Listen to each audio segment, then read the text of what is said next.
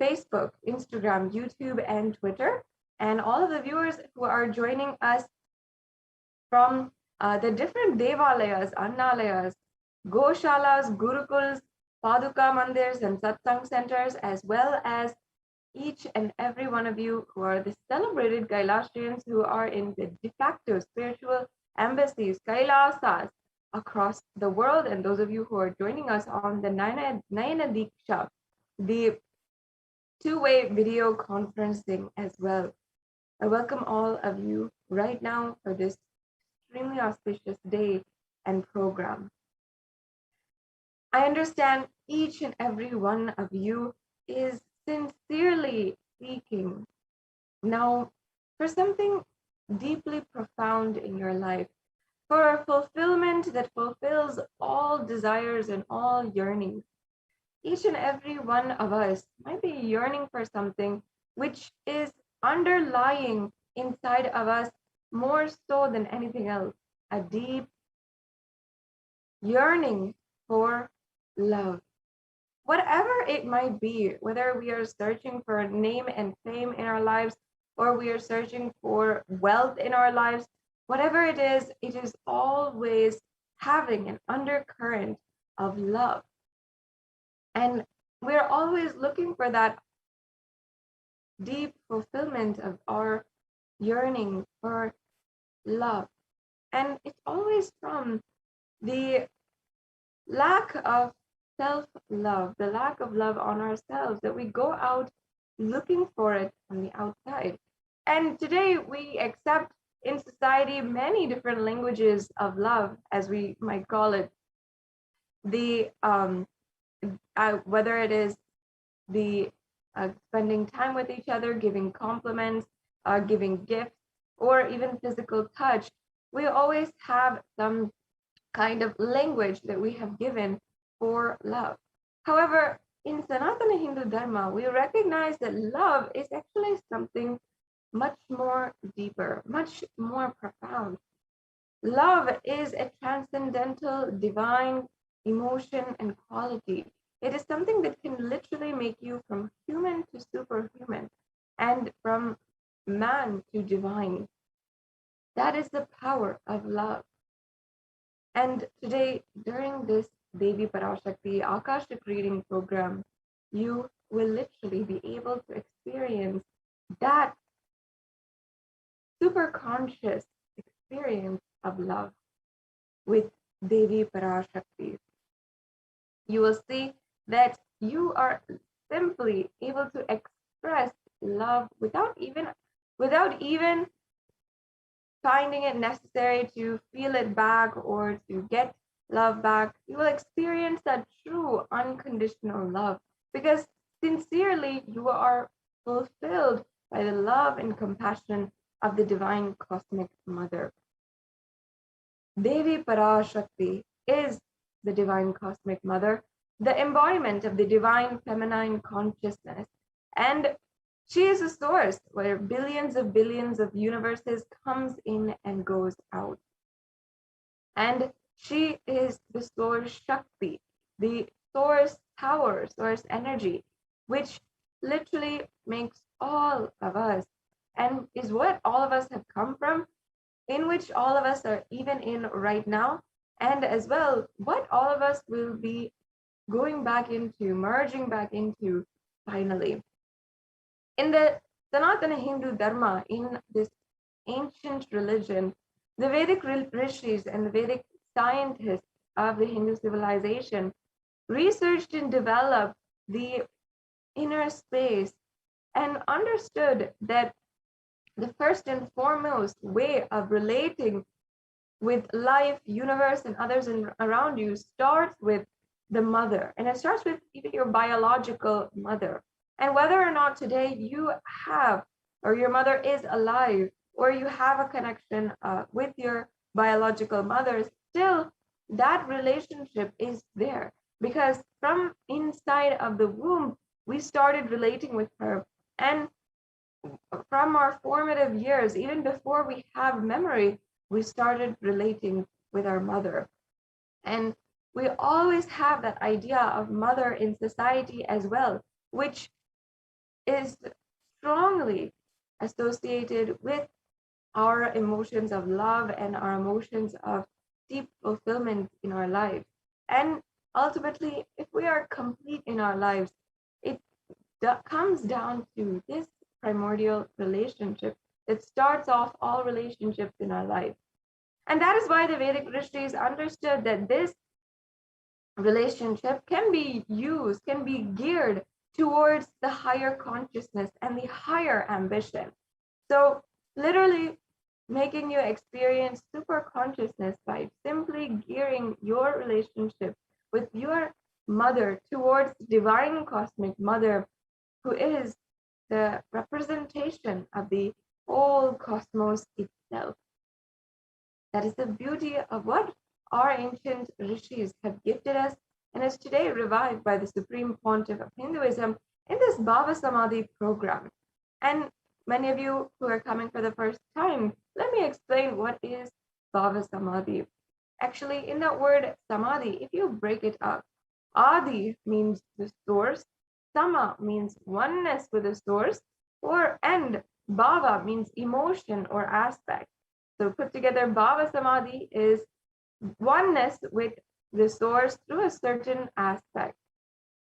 So today, during this Bhava Samadhi Darshan program, we will be attaining oneness with the source, with Paramashiva himself through Devi Parashakti.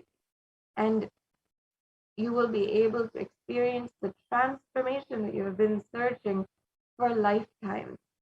Now, before we are going into the rest of today's program, which has so many different exciting components, let us now first just be briefly introduced to the very being who has made this available to each and every one of us, and that is the Supreme Pontiff of Hinduism. The Supreme Pontiff of Hinduism happened on planet Earth as the incarnation of Paramashiva on the 2nd of January 1978. And the Supreme Pontiff of Hinduism is today the reviver of Kailasa, the ancient enlightened Hindu civilizational nation. And Supreme Pontiff of Hinduism is also the today reviving the science of power manifestation as well as the temple-based sciences and yoga even, and much, much more lost sciences of Sanatana Hindu Dharma. The Supreme Pontiff of Hinduism has revived 14 ancient indigenous kingdoms, and the Supreme Pontiff of Hinduism has been ordained as the 233rd Guru Mahasannidhanam of the Kanchi Kailasa Sarvagnya Peetham, or the Tonde Mandalam Adinam. And the Supreme Pontiff of Hinduism is today the incumbent emperor of the Surya Vamsa Surangi Samrajyam. As well, the Supreme Pontiff of Hinduism is the 293rd Jagat Guru Mahasannidhanam, the spiritual head of the Kailashonata Shamala Pita Sarvagnya Peetham, the Madurai Adinam.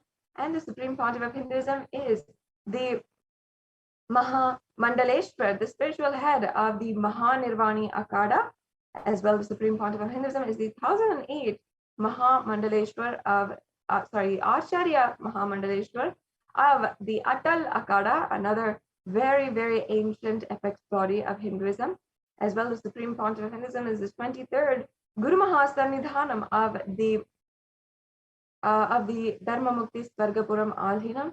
And finally, the Supreme Pontiff of Hinduism was recognized, entitled, and coronated as the Supreme Pontiff of Hinduism in 2015 by a congregation of over 1,000 spiritual global Hindu leaders. And having done and being recognized for all of this, the Supreme Pontiff of Hinduism is today also very, very well known for being a prolific commentator on the Brahma Sutras, the Yoga Sutras, the Shiva Sutras, the Ashtavakra Gita, the Upanishads, the Bhagavad Gita, and many, many more scriptures. The Supreme Pontiff of Hinduism has authored over 300 books in English, Tamil, and Sanskrit, and that was further translated into 50 further languages and distributed across 1 billion people, either digitally or in the physical copy. And the Supreme Pontiff of Hinduism also has given discourses and given different sessions and programs, as well as satsangs and darshans and dikshas for more than 20,000 hours, which are all available on Kailasa's Nithyananda YouTube channel, which I'm sure many of you are joining with us right now on. As well, the Supreme Pontiff of Hinduism is the reviver of over 100 Sarvagnapitas, or Hindu temple monastery complexes.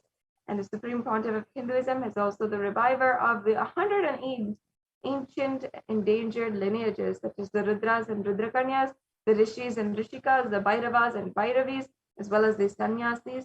The Supreme Pontiff of Hinduism is internationally recognized by several leads of countries, as well as congressmen and state representatives in the United States, as well as several other countries.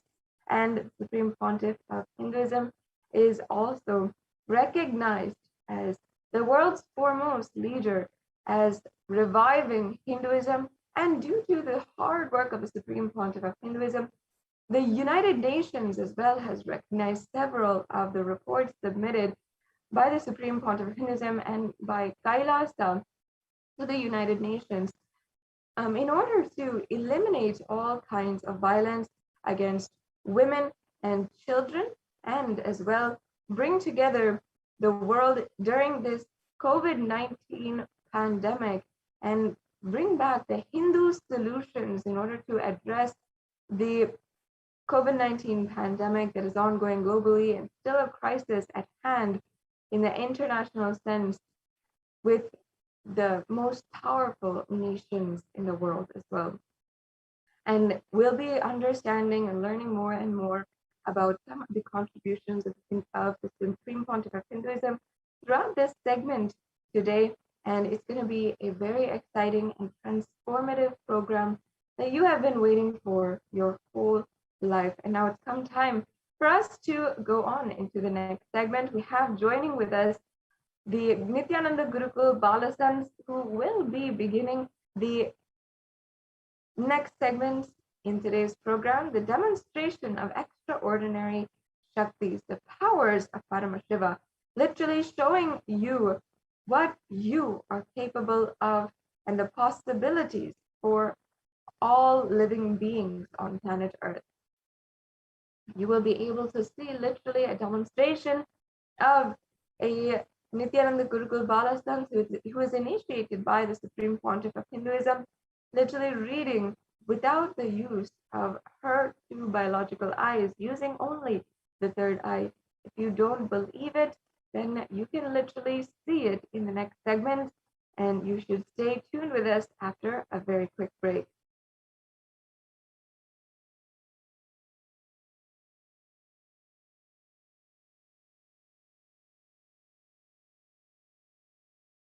Yes, we have joining with us Ma Yoga Prana and Ma Kaladara from Adi Kailasa Sarvagna Pija, and they will be guiding each and every one of other viewers for the next segment in today's program.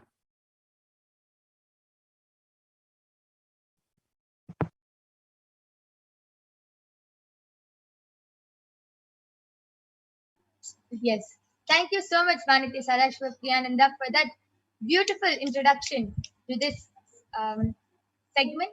And now we'll be moving on to the next segment, which is the power manifestation segment, where all of you will be witnessing the extraordinary Shaktis of Paramashiva, the divine Shaktis of Paramashiva being manifested right in front of your eyes.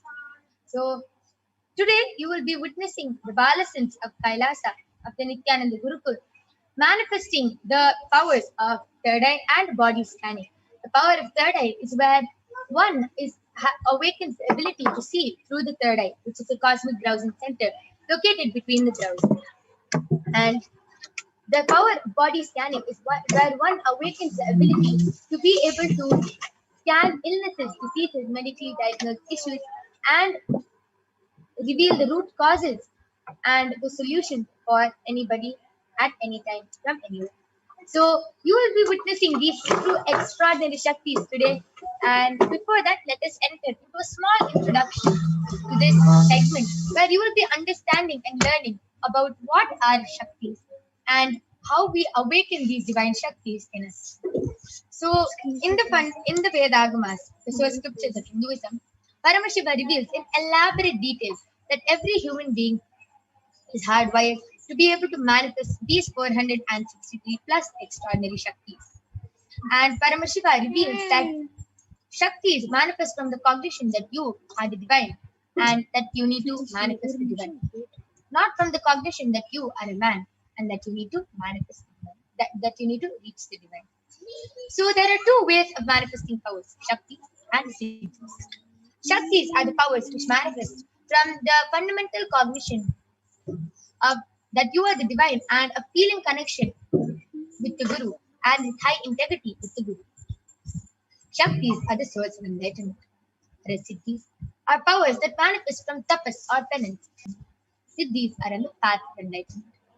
Shaktis manifest through ordinary human beings in extraordinary ways, just with initiation from the avatar, and Shaktis are permanent. Siddhis are not permanent and they may divert you from enlightenment.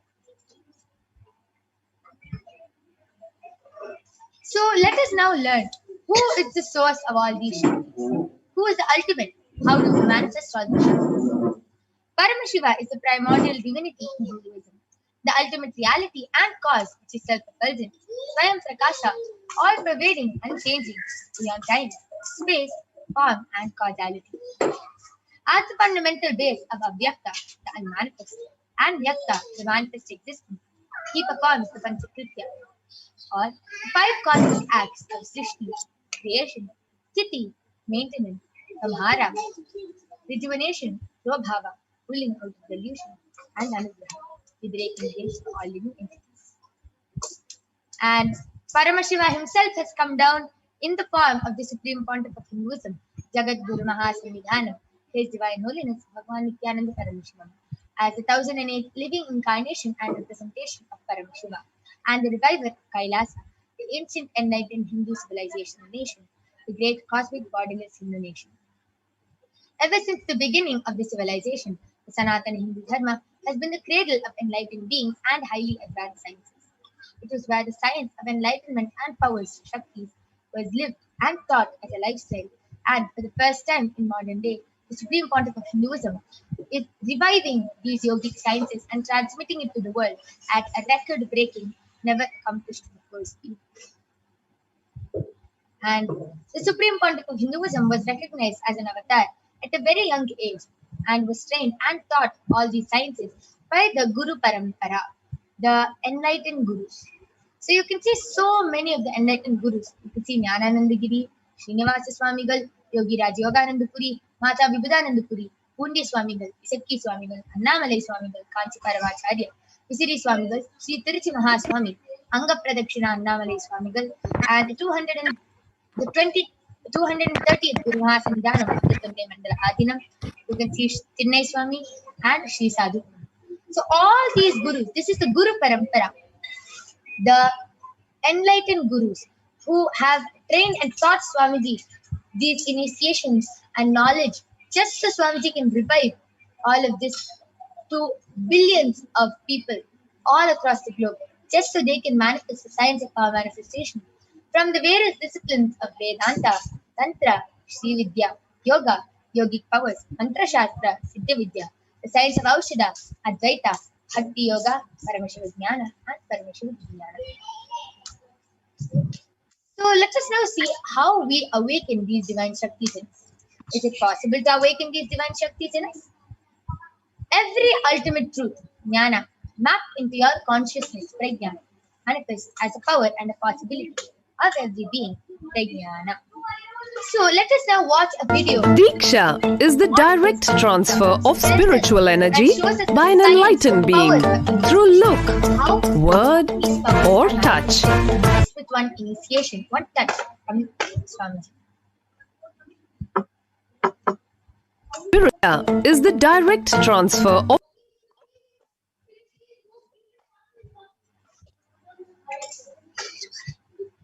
spiritual energy by an enlightened being through look, word, or touch.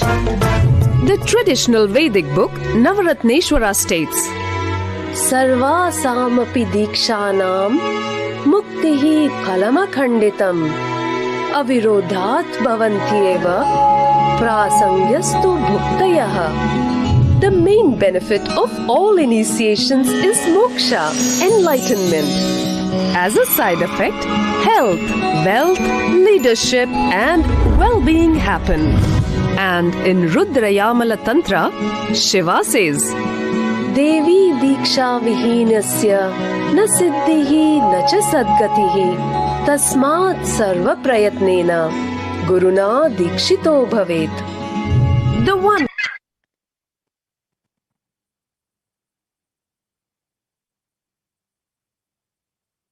who is not initiated does not attain liberation nor a better future. So by all efforts, one should get initiated by Guru. What is the science of initiation? Neuroscience has proved that the process of initiation floods the brain with energy. This is the superconscious energy of Kundalini, our own highest inner potential energy. As the Kundalini flows from the thalamus to the cortex, it sets up a powerful energy loop within the brain, which awakens the latent non-mechanical parts which we have never used before. With increasing levels of coherence, the whole brain comes alive, turning into a superconductor of conscious energies that heal, empower, transform our lives, bliss and fulfillment. Initiation creates high awareness, visualization, creativity. It also slows the aging process and improves the immune system. Kundalini awakening, healing experience, levitation, teleportation, materialization. Experience the power of initiation through a range of exclusive programs conducted at the ashram. Nithyananda Dhyanapitham, Nithyananda Nagar, Birdi, Bengaluru. Contact 97422 03311 82774 90091. Visit www.nithyananda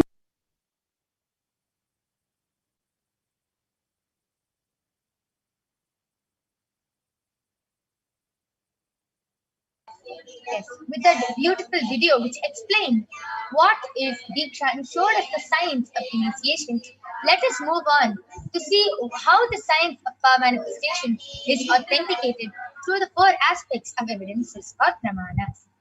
The first is the Shastra Pramana, the eternal unchangeable truths revealed in the source scriptures. The next is the Apta Pramana, the experiences and results of Aptas or the authorities of Hinduism, the Vedic rishis and scientists who have time tested and verified this extraordinary science. Next is the Atma Pramana, the experience of the Supreme Pontiff of Hinduism, Bhagavan Nithyananda Paramashivam, this millennium's avatar's personal experience of power manifestation. And last is the Pratyaksha Pramana, or the empirical evidence from observation or scientific experimentation.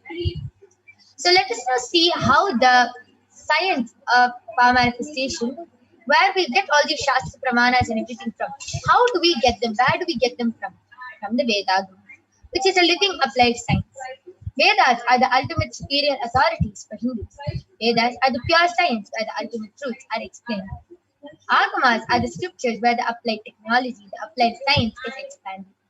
Vedas and Agamas are given the status of Shruti as they are directly revealed by Paramashiva himself. They are the ultimate, eternal, unchangeable truths, and a reference cited from these Shastras or source scriptures is called the Shastra Pramana. So, with this, without any further delay, let us get ready to witness a unique and exciting demonstration of the power of third eye. But just before that, let us move on to the Shastra Pramana, which comes from the Vijnana Bhairava Tantra. Kapalantarmanonyasannilitalochanaha kramena manasodardhyat lakshaye lakshamuttamam. Bhagavan Paramashiva says, by fixing the mind on the inner space within the crown center, and sitting stably without any movement, having the eyes closed in succession by that stability of the mind and inner space. Through the power of the third eye, one directly sees the ultimate goal, Lakshyam, by having the vision beyond the sight that reveals any object or place, attaining the space of Paramashiva. The next is the Akashic Pramana, where Bhagavan Krishna initiates Arjuna into the power of third eye. In the 11th chapter, on the 8th verse of Bhagavad Gita, the Srimad Bhagavad Gita, Bhagavan Krishna shows his Vishwarupa Darshan, which is completely narrated by Arjuna as he sees it through his third eye. And let us now see how Bhagavan Krishna initiates Arjuna into the power of third eye in the 11th chapter, 8th verse of Bhagavad Gita.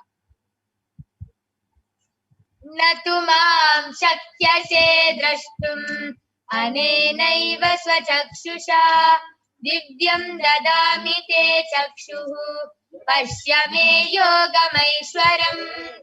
Bhagavan Krishna says to Arjuna, but you cannot see my cosmic form with these physical eyes of yours. Therefore I grant you the divine third eye. Behold my cosmic opulence. And with that, let us move on to the Atma Pramana, where Swamiji himself shares in his own words how he manifests this extraordinary Shakti. Inside and outside broke. Let us hear directly from Swamiji himself.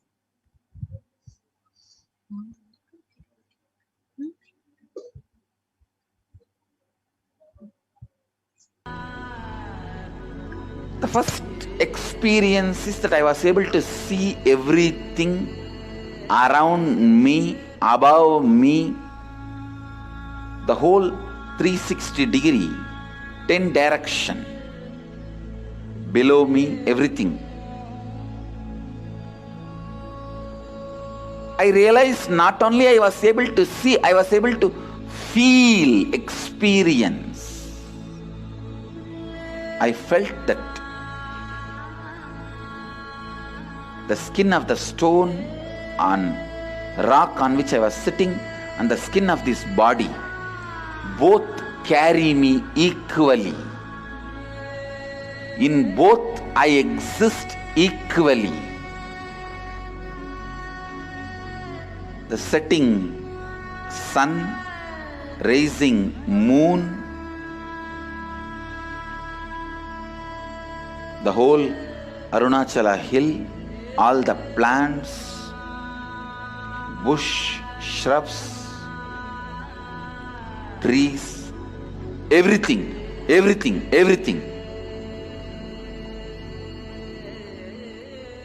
just became so alive.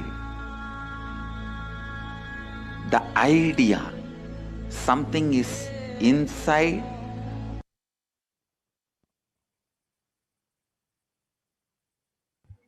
Yes. Let us now move on to the Pratyaksha Pramana, the empirical evidence from observation and scientific experimentation. The study measures compare the metabolic cell activity of the brain in the conscious and meditative states using the positron emission tomography, the PET. And when doing daily activities, high activity is measured in the brain where the third eye is located. And when in the deep state of samadhi, only the third eye region is active and almost 90% of the rest of the brain are at peace. And without further delay, let us get ready to witness the extraordinary demonstration of the power of third eye being manifested by the Balasins of the Nithyananda Gurukul. I request the slides to stop being shared now.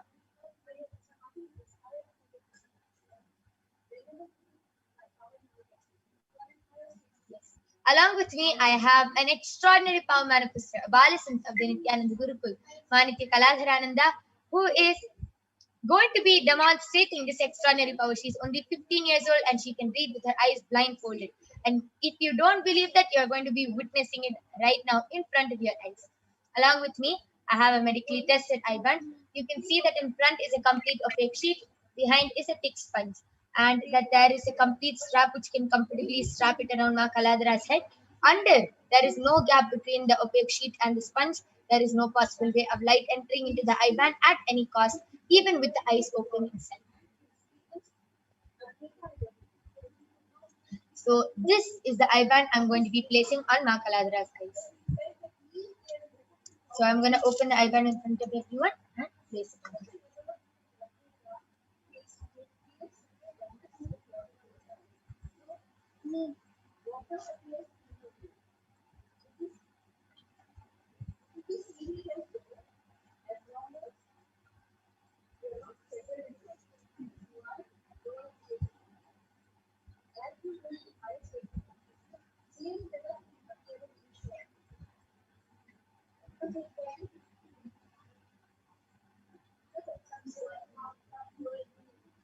Kaladra, are you comfortable?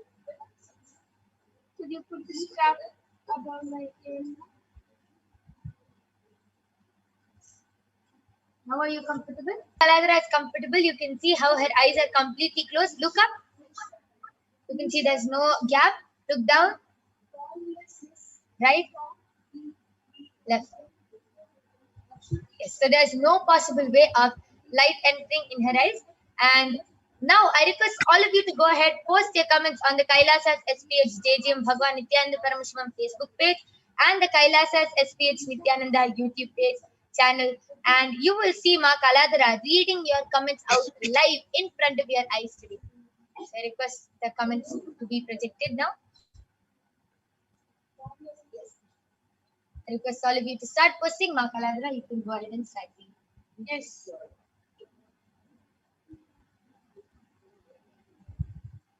Yes, Srinivasa has posted.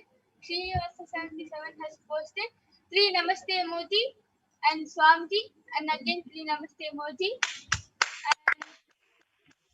Wow, amazing. Continue. Seema Ji has posted Om Nithyananda Paramashivam.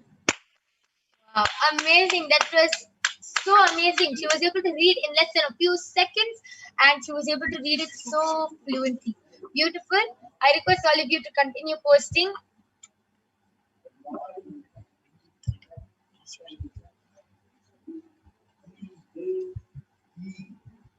I request the Facebook comments to be projected now. Yes.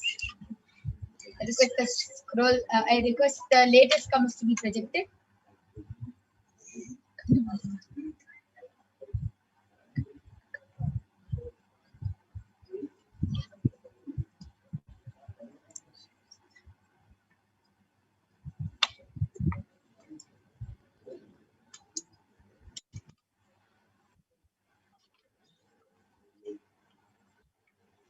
I request the latest comments to be projected.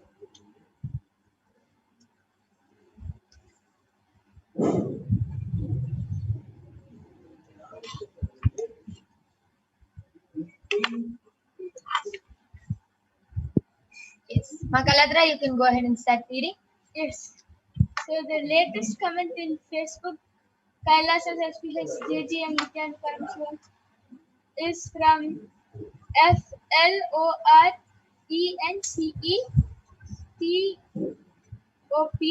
has posted a Namaste emoji, Nithyanandam, and a flower, which is light pink outside and in between it is dark pink.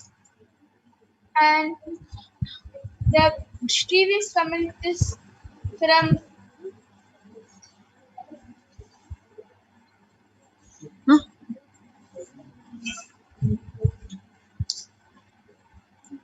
ELLSABETEMATOS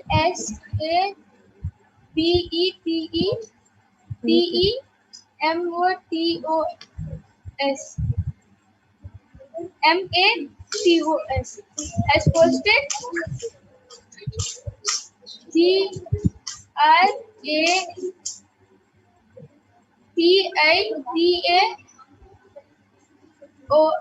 and Samji. Wow, amazing. That is so beautiful. How Ma Kaladra was able to read so fluently through her third eye. And it is not, as you can see, there's no wires on her, there's nothing on Ma Kaladra, and she is able to see. As she sees with her eyes open, she is able to see with her eyes closed, just with the eye band. And it's so amazing. And it's not that only Ma Kaladra, only few initiated disciples or something can manifest, nothing like that. Even you, just with one look and word, one mantra diksha, or Nayana Diksha from Swamiji, even all of you can get initiated into this power and can manifest this very Shakti. And it's not going to be 50 years of tapas and then you're going to be manifesting. No, right after the initiation, right after the live satsang and the live Parashakti Akashic healing, immediately you are initiated and you will start manifesting this power. So now I'm going to be removing the Alba Ladma Kaladra.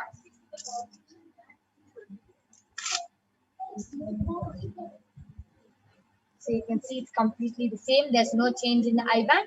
And that was a beautiful demonstration of the power of third eye. Let us now move on to the next power, which is the power of body scanning. So now we'll be seeing the Shastra Pramanas.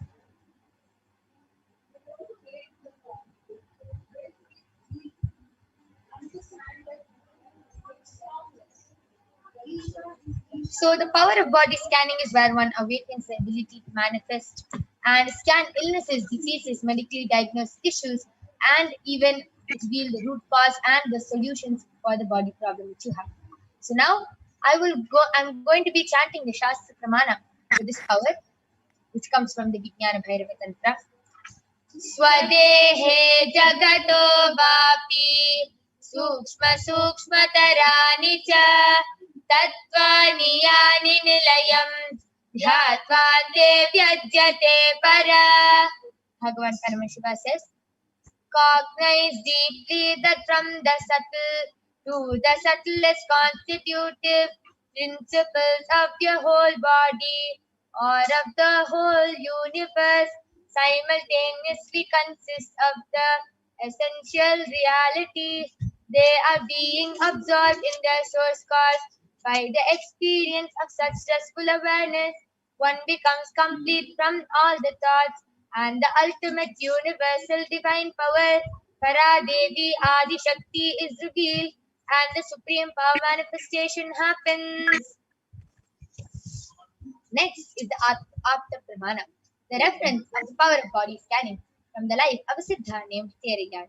Theriyar was one of the prominent disciples of Agastya, and one day a man suffering from a severe headache comes to Agastya for healing, and Agastya uses the power of body scanning and identifies the root cause of the headache. He reveals that there is a small type of terite, a small shrub, sitting in the person's brain. Agastya immediately instructs Theriyar, his disciple, to perform an open head surgery and remove the frog. And remember, this is 500 years ago, 5,000 years ago, and the surgery was a complete success, and the person was completely healed and cured of the power of the headache. Thus, the disciple gained the name Theriyar. Next is the Atma Pramana, the accounts from His Divine Holiness Bhagavan Nithyananda Paramashivam, who has also time-tested and authenticated this science. Swamiji beautifully shares, only when I had a multiple compound hand fracture, I was forced to go for surgery and therefore the medical checkups related to that. At that time, they detected heavy metal quantity in different organs of mine, and it was revealed that I had been poisoned without our knowledge. I immediately used diagnostic methods instead of medical facilities to study the body condition due to the poison. And through the power of body scanning, I found out what the problems and imbalances had happened and where the balance had to be done. I used allopathy as a second opinion to verify my findings. And you can see the Sakshi Pramana of how so many disciples, initiated disciples, the participants were able to manifest this very extraordinary Shakti just with a small initiation from Swamiji. So let us now enter into the power of body scanning. I request all of you to go ahead, post your requests, comments, anything you want, any request for body scanning in the Kailasa's HDH Nithyananda YouTube channel and the Kailasa's SPH JGM Bhagavan Nithyananda Paramashivam Facebook page. Go ahead and post your requests and comments, and we'll be back with the Balasins and the Nithyananda Yogis who are going to be manifesting this extraordinary Shakti and demonstrating this power to you after a short break.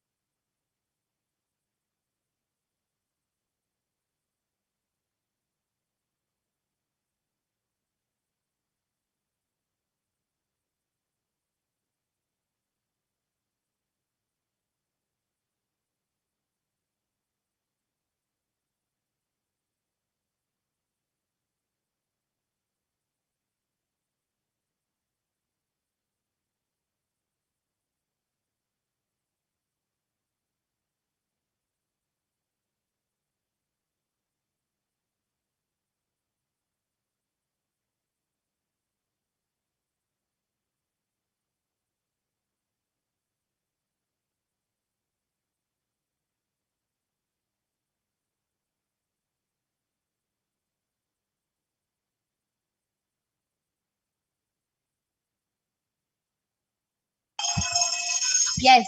And now I'm back with the Balasins of the Nithyananda Gurukul, Maniti Brahmayogananda and Ma Soni, who are going to be demonstrating this extraordinary Shakti of the power of body scanning to all of you. So now Ma Soni and Ma Brahmayoga are going to be scanning the participants or anybody who has requested for a body scanning in the Kailasas HDH Nithyananda YouTube channel and the HDH Bhagwan Nithyananda Paramashivam Facebook page. I request the YouTube comments to be projected.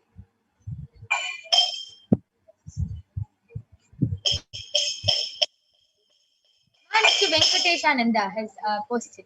Could you scan my husband, Massimo Matthews? Please, thank you. Yes, ma'am, Venkateshananda, we will surely be scanning your husband, but could you please get his consent as it is our integrity to get the permission of the person before doing a body scanning for them.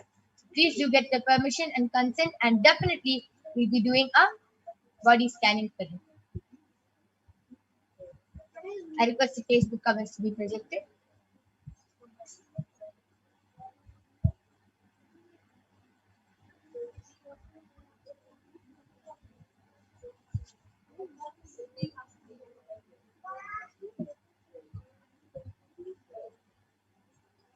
Yes, anybody who wants a body scanning can request for a body scanning in the Kailasas SPH JGM Bhagwan Nithyananda Paramashivam Facebook page and the Kailasas SPH Nithyananda YouTube channel.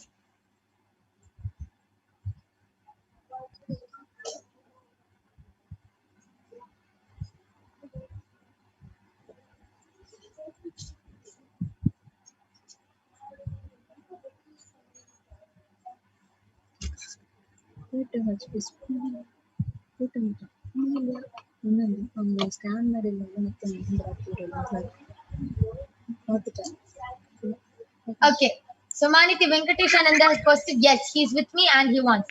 Yes, ma, surely we'll be doing a body scanning for your husband. So, ma Brahmayoga, you can go ahead and do the body scanning for Massimo Aya.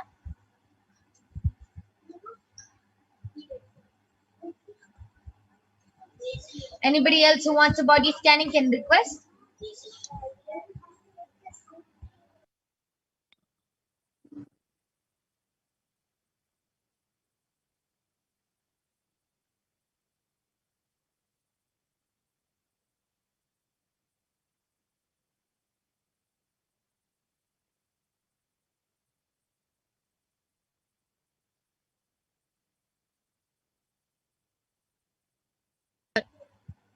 So yes, all of us will now be chanting the Mahavakya 11 times, which is direct passcode, which raises us to a higher frequency and connects us to Paramashiva. So let's now chant the Mahavakya 11 times. Om Nithyananda Paramashivoham. Om Nithyananda Paramashivoham.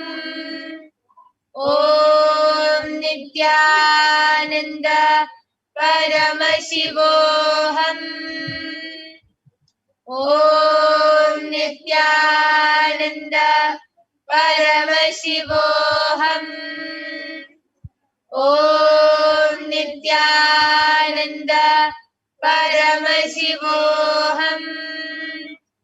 Om Nithyananda Paramashivoham. Om Nithyananda Paramashivoham. Om Nithyananda Paramashivoham. Om Nithyananda Paramashivoham. Om Nithyananda Paramashivoham. Om Nithyananda Paramashivoham. Yes, so Maniti Venkatesha.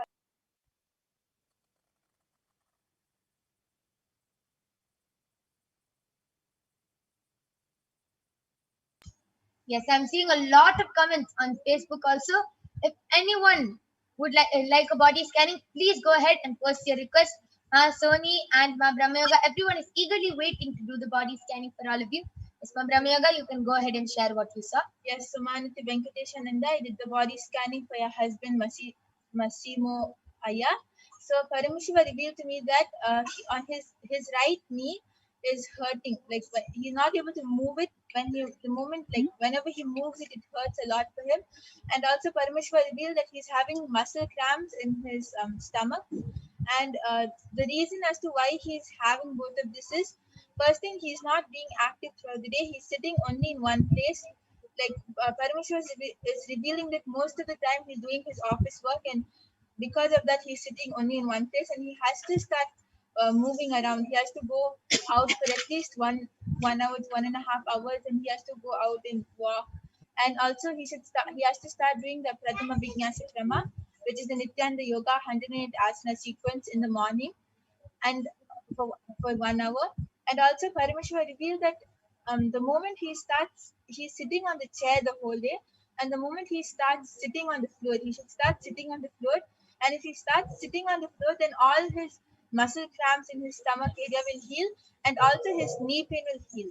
And he'll feel much more lighter and active throughout the day if he just starts sitting on the floor.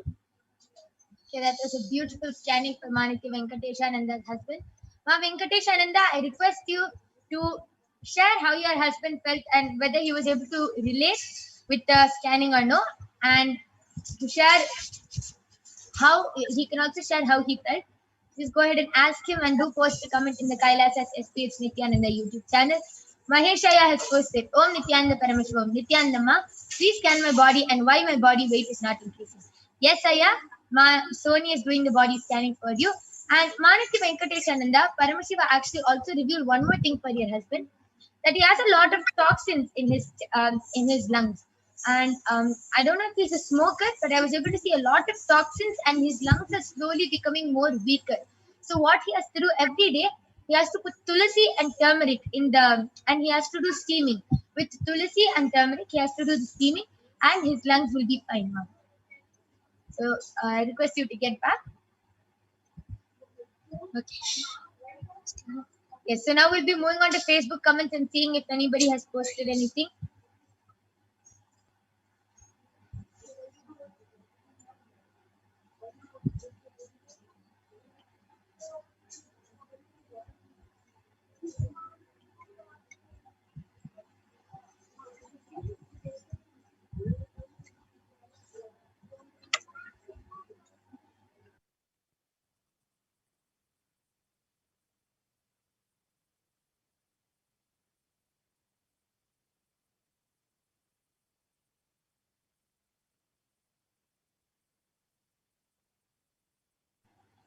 Yes, and Mark Florence Stubbs has posted.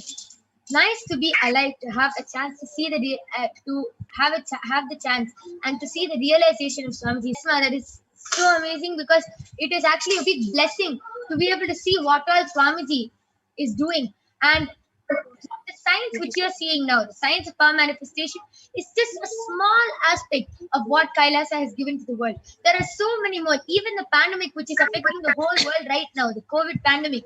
So Kailasa has contributed so much to help the whole humanity to face this COVID pandemic by giving so many. Swamiji has opened up Adi Kailasa and has invited anyone and everyone who wants to come to the Adi Kailasa for the COVID quarantine, for the multi-layer quarantine, can come to Adi Kailasa and protect themselves and save themselves from this pandemic. So the power manifestation which you're seeing right now is only a small aspect. You can stay tuned for this whole program, and you can see all the contributions that Swamiji has done, and what all Swamiji has contributed to, what all Kailasa has contributed to, and what we are going to be doing. And so you can see so many of the contributions. What you're seeing now is just a very small thing. If you stay tuned, you will be seeing much more of what Swamiji has contributed to Kailasa. Yes. Masoni, you can go ahead and share what you saw for Maheshaya. Nithyananda Maheshaya, I did the body scanning for you, and I Parameshwar revealed that because you want to increase your weight, you're eating lot of junk food, yeah, and unwanted stuff which your body doesn't need, and it's making more and more fat in your body, and it's going and making a toxins in your body, yeah. So yeah, Paramashiva revealed that first stop eating that food and eat only more and more veggies. And Parmeshwar will one more thing that you don't need to gain any weight. Yeah, your body weight is perfectly. Yes, a beautiful body scanning. Maheshaya, I request you to get back in the comment section whether you heard or not, and just follow Paramashiva's solution, whatever Paramashiva revealed, and Paramashiva will completely heal you.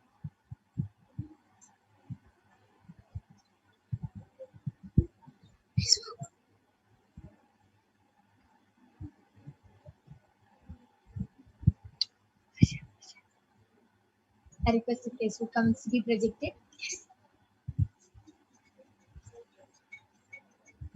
Okay. Aditya Bhaskar has posted, Nithyanandam, can I please get a body scanning? Sure, Aya. You can get a body scanning from Maniki Brahmayogananda.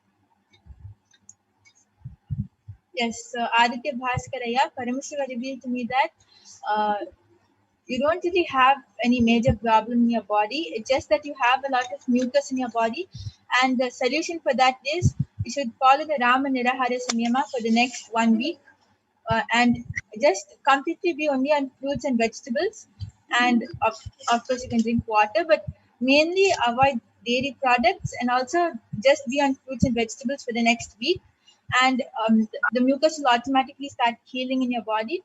And also Paramashiva revealed that you need to increase your immune system, and the solution for that is every day in the morning take bath with cold water.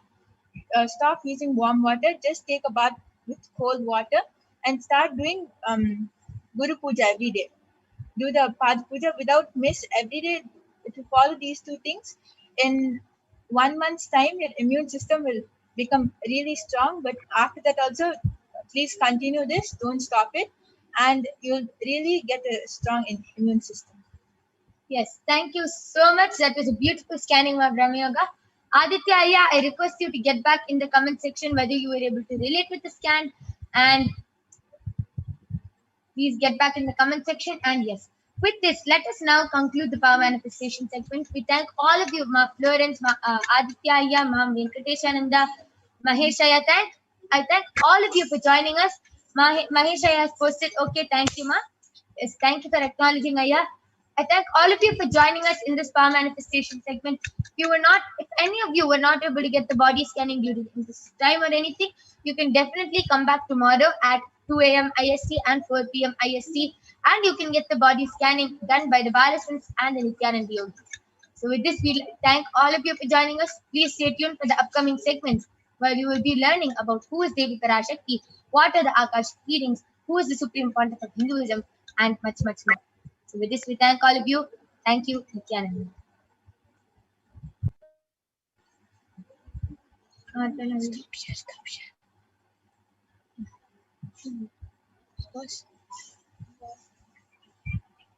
Yes.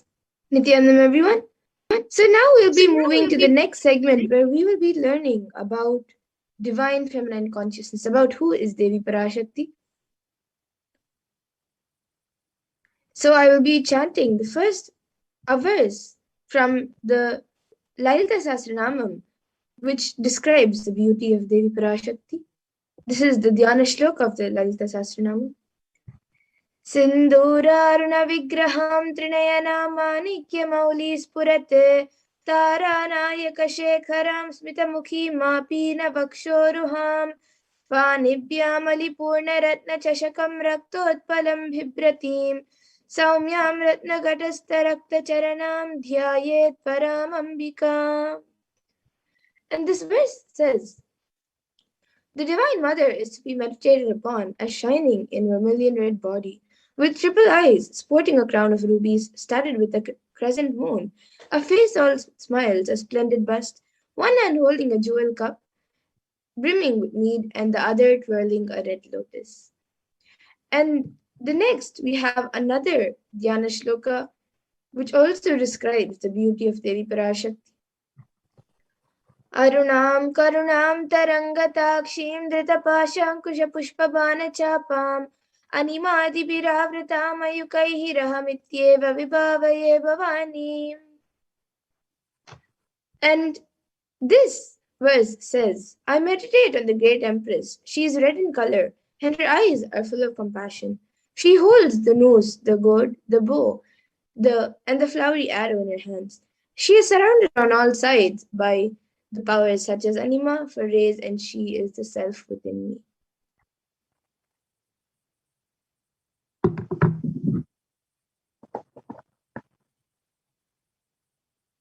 And Devi Parashakti is the ultimate pure feminine consciousness. Parashakti is the cosmic mother. It is her cosmic womb from which billions and billions of universes manifest, come out, and it is where the Big Bang and black holes go on and on. Parashakti is the source Shakti, the source power, source energy, from which all of us came, which all of us are in even now, and which all of us are going to merge into.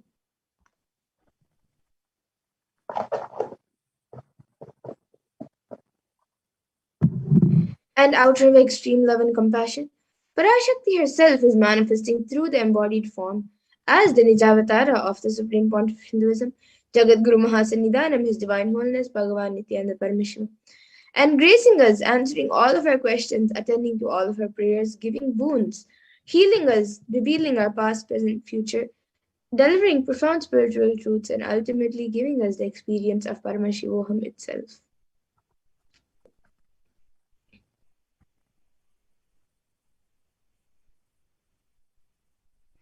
And in the words of Devi Parashakti herself, she beautifully says, raising as Omkara, expressing as Vedas and Agamas, blossomed as Shrimkara, filled as Parashodasi, living in 40 triangles, the Kailasha Swamini who is in Kailasha, Shri Purachintamani, Parashodasi, sitting as part of Paramashiva, Parameshwari, who rules the world, Paramashakti, Manonmani, Meenakshi, as Nithyananda, I took Nijavatara here, to give good boons to everyone, to bestow all goodness, Hiranya Garbha Swarupini, Brahmanda Yoni, Shami, Chandramauli, Rapala, Aparna, Uma, Parvati, Savitri, Navayavana, Samrajya Lakshmi, Parameshwari, Parashodasi, Meenakshi, taking the form of Nithyananda, I am blessing.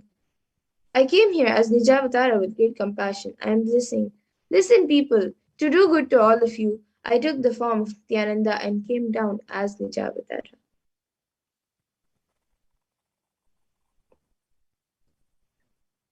And again, in the words of Devi Parashakti herself, raising in Omkara, blossoming as Shiva, Shiva manifesting as source of existence, powers of existence, expression of existence, from the oneness of Om, blossoming into two as Prakriti and Purusha, blossoming as three Shaktis, Icha, Kriya, and Jnana, growing as four Vedas, expanding as 5 Panchabhutas, beyond 6 chakras, filled as Gotras of 7 rishis, expanding as 8 directions, existing as 9 grahas, blossoming as 10 indriyas, being as 11 rudras, creating all the worlds, bringing life to tell and make truth blossom and to do good. Parashodasi Meenakshi, in the form of Nithyananda, I came to bless every one of you. And now let's see how we can receive Devi Parashakti when she comes for the darshan. So literally you are seeing Paramashiva and Parashakti at that moment when she is on your screen. So you can receive her very traditionally in a traditional way. You can keep 2 betel leaves, 1 banana, 1 betel nut, and 1 coin in front of the screen as you watch Devi Parashakti. And for those of you who don't know, in the Hindu tradition, the coin is actually considered the traditional dakshina.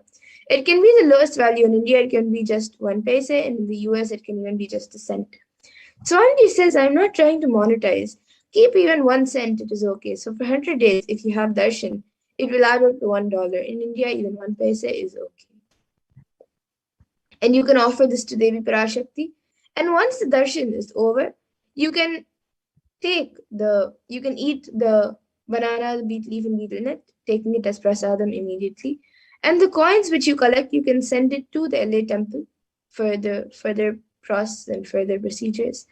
And this betel leaf and betel nut, many of you may think it looks too small and may think how it will benefit you. It may look too small, but in a few days you will actually realize how much it adds to your sentiment that really she is there. Really, Devi Parashakti is there. So you will not take the Devi Darshan for granted. Rituals will break your monotonous unconscious mentality and lifestyle and remind you to raise yourself to the powerful cognitions, and it will break your unconscious behavior. And now all of you can also see how you can set up the tambulam.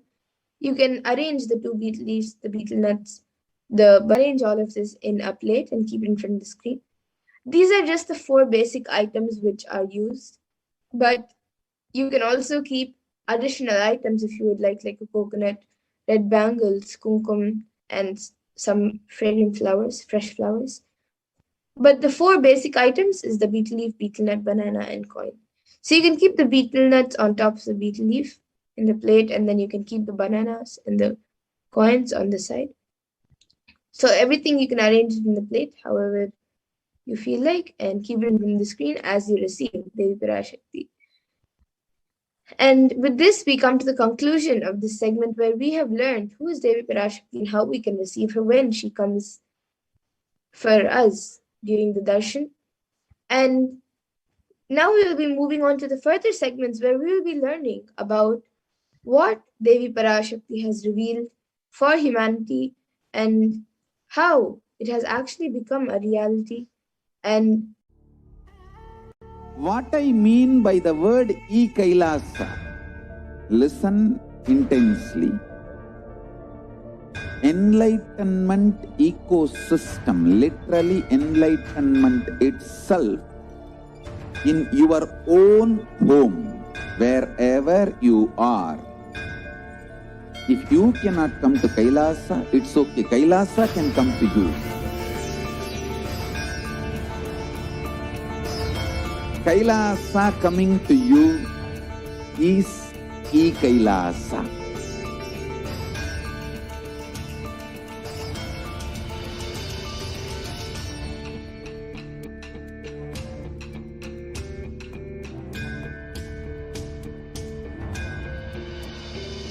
I will revive Hinduism. I am a Hindu revivalist, not by any revolution, but by evolution.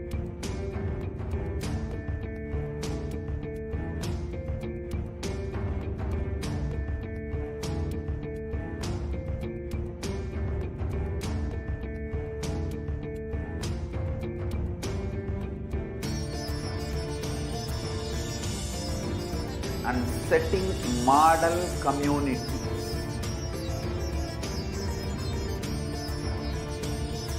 Kailasas, enlightenment ecosystems, Sarvanya Peethas all over the world.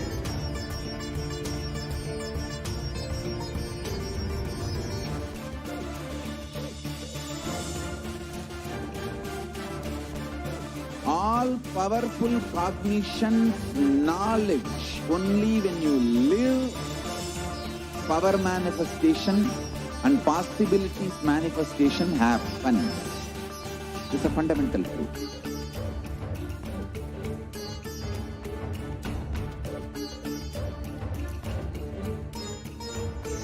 Hinduism cannot live exclusively as one sampradaya. No. All sampradayas of Hinduism is an ecosystem.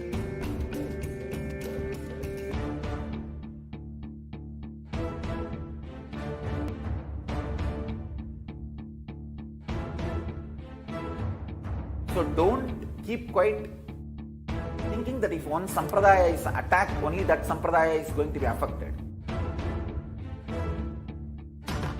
All of us are ecosystem.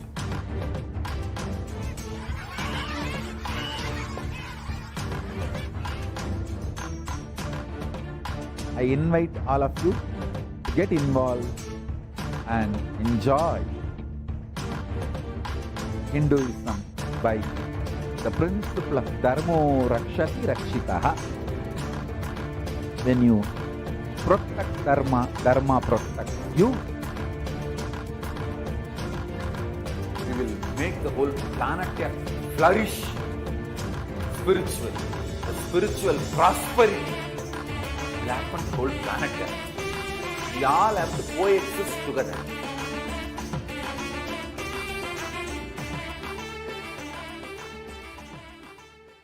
Just be alive for next 3 years. Don't die within next 3 years.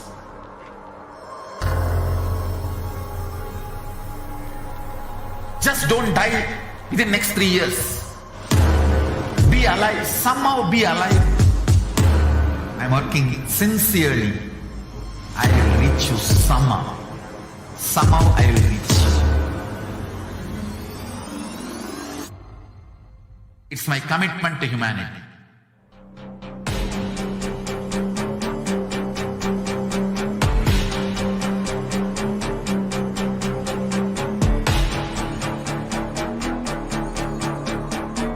Just don't die within next 3 years. I will reach you wherever you are, whichever corner of the world you may be. I will reach you with enlightenment. You manifesting the space, state, powers, being Paramashivoham. It is possible, and it is possible for you.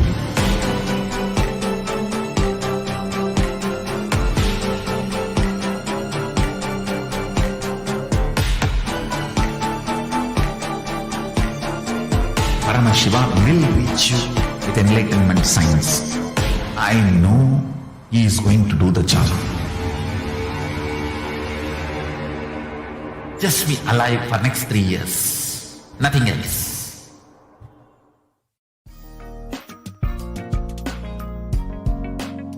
We get you health. We get you ability to build beautiful relationships in your life. We get you direct spiritual support, and we make sure you become wealthy.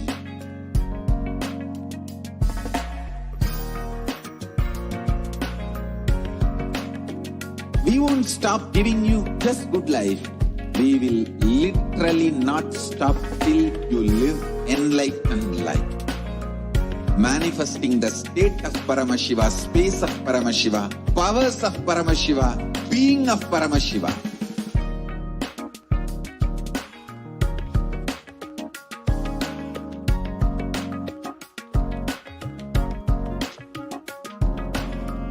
Whole world should become Ekailashians. I want the whole world to know Hindus have something great to contribute to the world.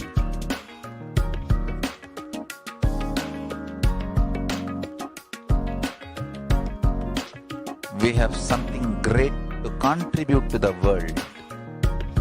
Let us do that.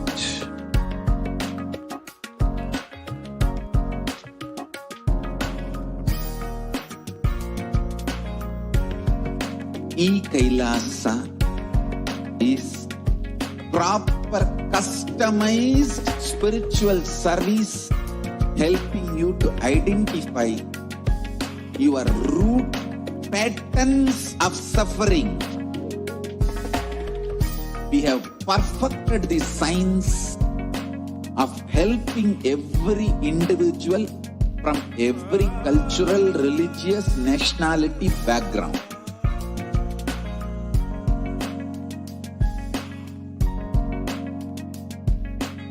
You will have lowest reactionary assumptions, highest awakened response, alive response for life continuously.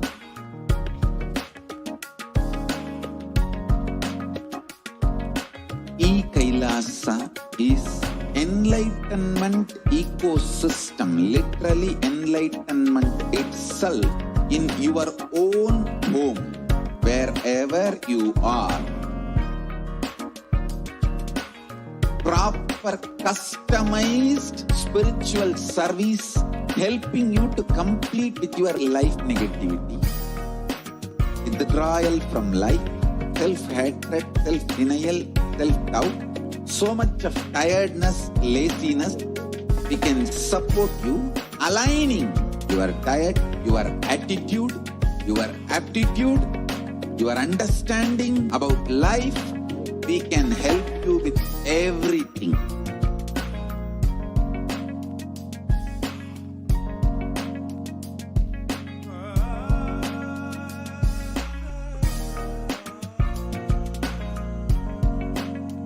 If you are interested in enlightenment, we will immediately bring this to you. If you are not interested, we will explain the whole science, inspire you and make you interested in enlightenment time. We need to cater this enlightenment science to the whole world wherever they are, because enlightenment is the birthright of all human beings. Kailasa is responsible to provide that to all human beings.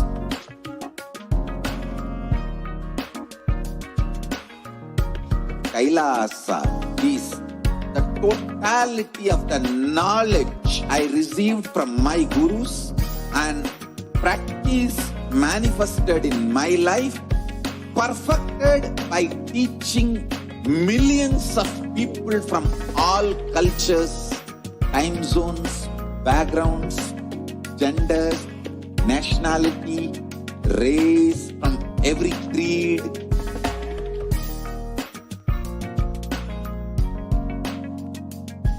So this absolutely perfected knowledge available to you, served to you in your home without even you moving out of your couch, free of cost.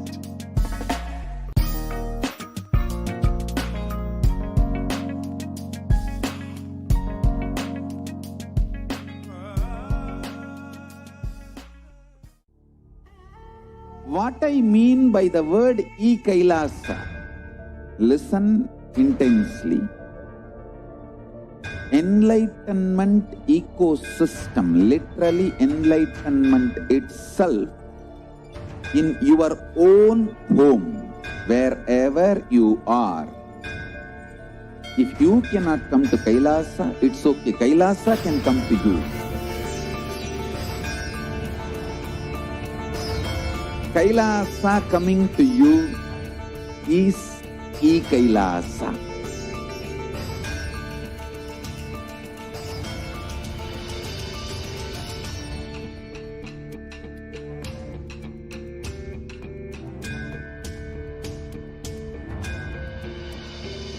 I will revive Hinduism. I am a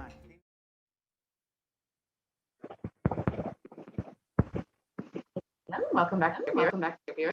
We will be entering where we will understand the revelations of Parashakti for humanity during this pralaya. So let us understand what Devi has revealed on the sacred secrets of Hindu birth. Let us watch this video.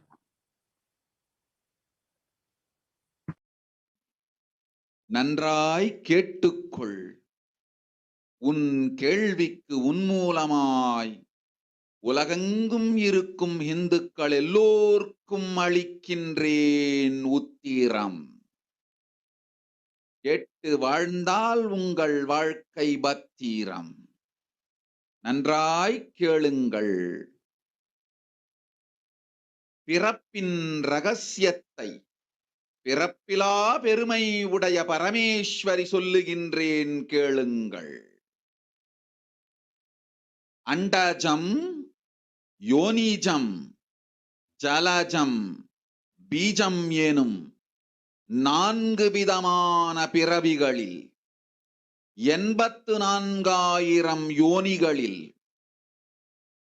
பிறக்கும் பிறப்புகளிலேயே பெருமை வாய்ந்ததும் உத்தமமானதும் மனித பிறவி. அந்த மனித பிறவியிலும் பலமுறை பிறந்து உழன்று அரசியல், பொருளாதாரம், சுகபோகம், தர்மம், அர்த்தம், காமம் எனும் ஆசைகள், துக்கங்கள், அச்சங்கள் அனைத்திலும் அழன்று உழன்று இனி வேண்டாம் இப்பிறவி, வேண்டுவது மோட்சமே என்று முடிவெடுத்தோர்க்கு மட்டுமே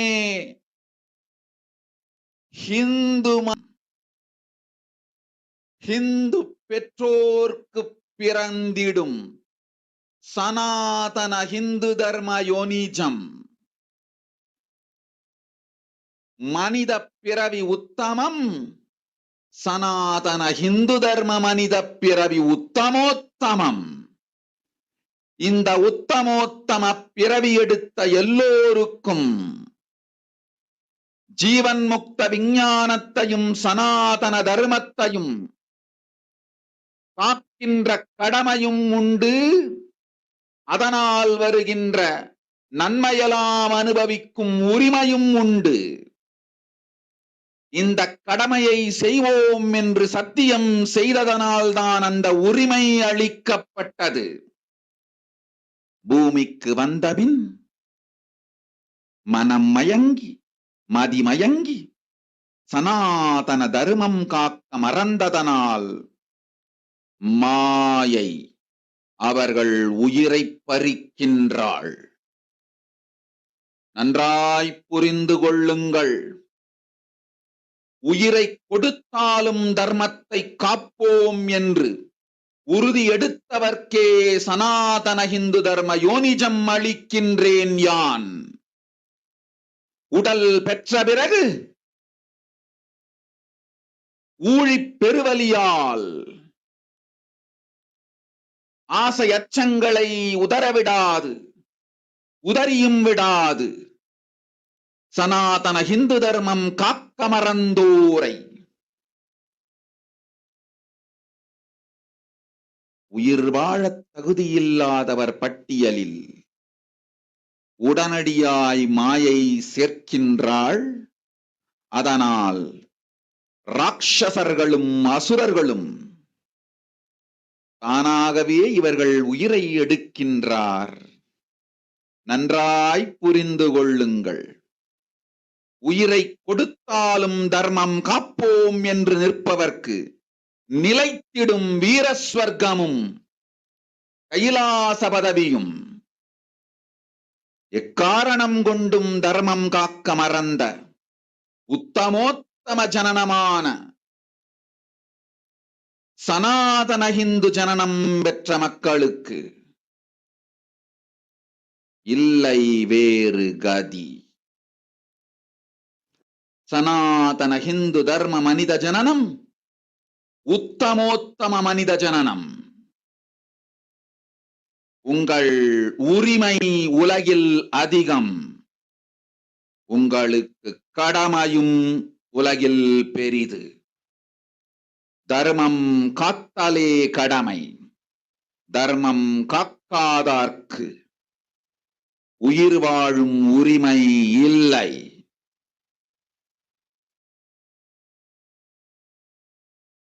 நன்றாய் புரிந்து கொள்ளுங்கள்.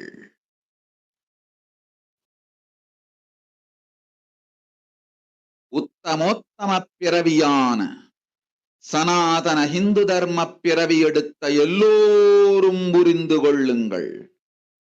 உங்கள் வாழ்வின் முதற்கடமை தர்மம் காத்தல். தர்மம் காக்க தர்மம் உங்களை காக்கும்.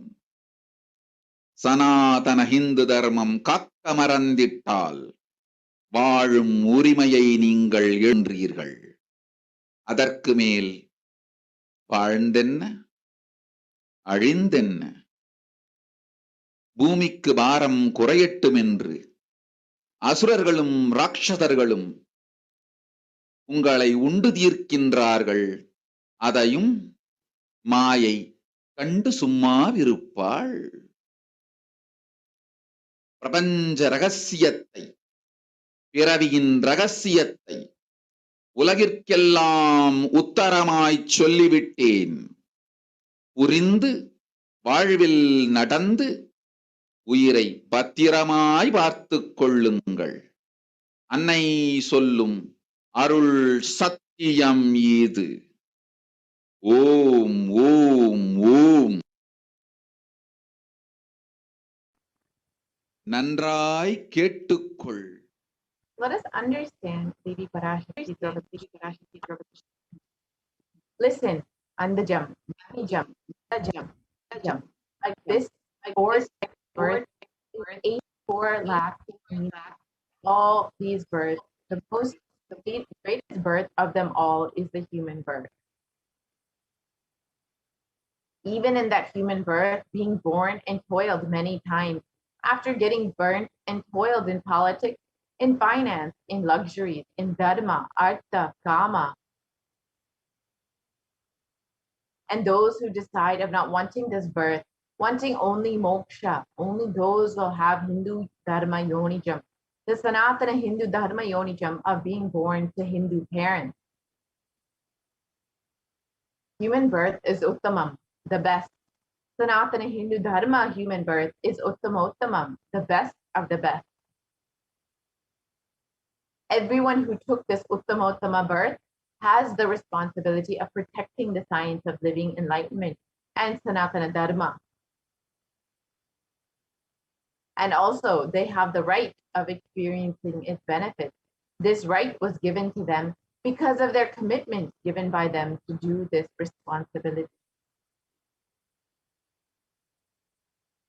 After coming to Goloka by getting mentally deluded and forgetting the dharma of protecting Sanatana Dharma, Maya, she is taking away all their souls.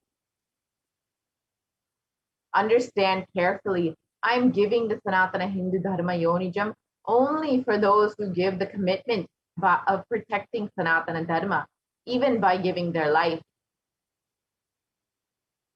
After getting the body because of painful delusion, not dropping fear and greed, and for those who forgot to protect Sanatana Hindu Dharma, Maya, she will immediately add them all to the list of those who are not worthy of living. Therefore, Rakshasas, Asuras, are automatically taking away their life. Understand properly, for those who stand that even by giving their life, they will protect Dharma, they will permanently have Veera Swarga and Kailasa Padavi. For any reason, people who forgot to protect Dharma, having the Uttamottama birth of Sanatana Hindu Dharma birth, there is no other way for them. Sanatana Hindu Dharma human birth is Uttamottama human birth. Your rights in this world are immense. Also, your responsibility in this world is large. Protecting Dharma is responsibility. Those who do not protect Dharma, they do not have the right to live. Understand properly, all those who took the Uttamottama birth, which is Sanatana Hindu Dharma birth, all of you understand.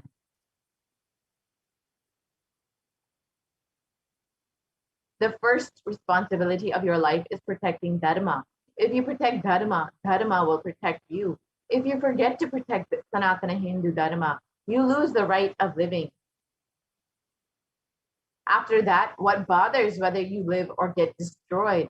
Asuras, Rakshasas will eat you so that the burden on earth is reduced. Seeing that, Maya, she will keep quiet. So, as revealed by Devi, let us understand what is the responsibility for Hindus. Why do we need a Hindu nation?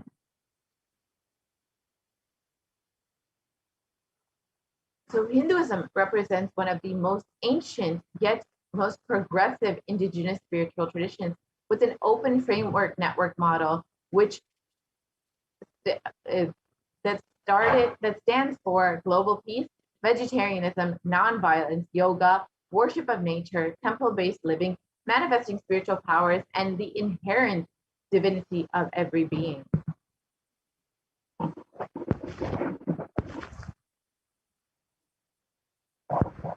And the Hindu nations were ecosystems where more and more enlightened beings could be produced so that enlightened civilization could be kept alive and its great gifts shared with the world. So let us look at the reference for Hindu nations from our Hindu scriptures. So the Hindu nation ruled by Bhagavan Rama, the Rama Rajya, was described in the Valmiki Ramayana as there were no widows to lament, nor were there any danger from wild animals, nor any fear born of diseases. The world was bereft of thieves and robberies. No one felt worthless, nor did old people perform obsequies concerning youngsters. Every creature felt pleased. Everyone was intent on virtue, turning their eyes towards Rama alone. Creatures did not kill one another. And the description continues. People survived for thousands of years with thousands of their progeny, all free of illness and grief. The trees were bearing flowers and fruits regularly without any injury by pests and insects. The clouds were raining in time, and the wind was delightful to the touch. Every caste was performing their own duties, satisfied with their own work and bereft of any greed. People were intent on virtue and lived without telling lies. All people were endowed with excellent characteristics. All were engaged in virtue. So you can just see the Hindu nation ruled by Rama was prosperous. Everyone there was peaceful and happy. And even in the Hastinapur kingdom ruled by Yudhishthira, it was described in the Srimad Mahabharata. Devas granted rain to fulfill all wants. The world was free of all diseases. There was no hunger or thirst anywhere. There was no mental suffering. Those without livelihood were given livelihood. There was abundance all around. There was no worldly worries for anyone, and there was no cause for fear either. Happiness on earth was in fact even greater than in the heavens. So you can see, as described in the Srimad Mahabharata, how joyful, how peaceful, how prosperous even the Hastinapur kingdom was. And these were just two representations of how Hindu kingdoms existed in our ancient times. And Hindu nations have contributed so much to the world in nearly every field, including enlightenment science, health, medicine, art, science, technology, aviation, dance and music, clothes and jewelry, social systems, judicial systems, political systems, and legal systems. And let us now understand exactly how our Hindu nations were destroyed. So the phase one of the destruction of the Hindu civilization were the Islamic invasion, and this was between 800 and 1700 AD. And this was the physical destruction of the Hindu civilization. And the description from Will Durant, a famous historian, is described as the Mohammedan conquest of India is probably the bloodiest story in history. The Islamic historians and scholars have recorded with great glee and pride the slaughters of Hindus, forced conversions, abduction of Hindu women and children to slave markets, and the destruction of temples carried out by warriors of Islam during 800 AD to 1700 AD. Millions of Hindus were converted to Islam by sword, and during this period, millions more were raped and murdered and dismembered. You can just see how savage this conquest of the Hindu nation was by the Islamic invaders. And the description from the Islamic law prescribed for Hindus in Khilji's kingdom was described as Hindus are like mud. If silver is demanded from them, they must, with greatest humility, offer gold. If a Mohammedan desires to spit into a Hindu's mouth, the Hindu should open it wide for that purpose. God created Hindus to be slaves for Mohammedans. The Prophet hath ordained that if the Hindus do not accept Islam, they should be imprisoned, tortured, and finally put to death, and their property confiscated. To keep the Hindus in abasement is especially a religious duty because they are the most inveterate enemies of the Prophet. Again, you can see how much of hatred and barbaric attitude the Islamic invaders had towards the Hindu population, the native population of the of India at that time. And over the conquest of the the Islamic invaders, over 200 million Hindus were slaughtered by the Muslim invaders. Over 100,000 temples were destroyed, and over 1 million deities and scriptures were destroyed. And the description of this conquest is the conquering armies burnt villages, devastated the land, plundered people's wealth, took Brahmins and children and women of all classes captive, flagged them with thongs of rawhide, carried a moving prison with them, and converted prisoners into a twist Turks. And the phase 2 of the destruction of the Hindu civilization was the British occupation between 1700 AD and between 1947 AD, which was the independence of India. And this time was the economic and psychological destruction of the Hindu civilization. And you can very clearly see how you can see the photos from the Bengal famine during the British invasion, which was the engineer famine. And Will Durant describes that I have seen a great people starving to death before my eyes, and I'm convinced that this exhaustion and starvation are due not, as their beneficiaries claim, to the overpopulation and superstition, but to the most sordid and criminal exploitation of one nation by another in all recorded history. And he is describing the forced famines, the forced poverty upon the Hindu population in India at the time.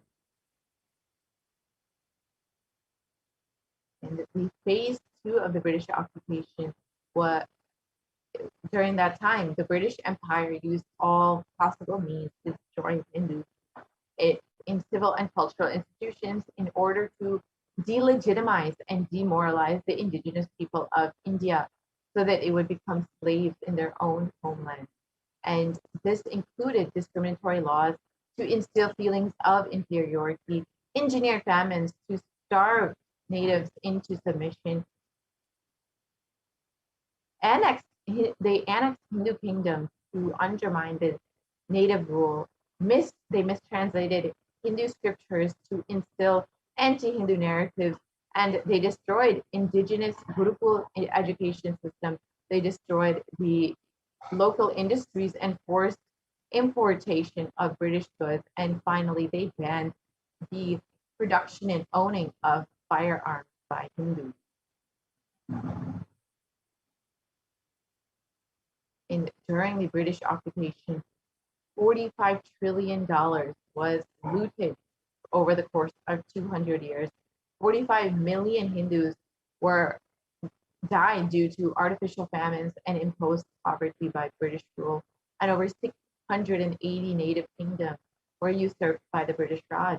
And Sashi Tharoor of the Indian Parliament has described that the British came to one of the richest countries of the world over the course of 200 years of exploitation, looting, and destruction, reduced it to a poster child of third world poverty. And phase 3 was secular India, which was ruled by brown faces, British attitudes and policies towards Hindus. And Nehru, the first Prime Minister of India, has described what a disgusting, savage people we are. Politics, progress, socialism, communism, science, where are they before this black religious savagery? India can never be a Hindu republic.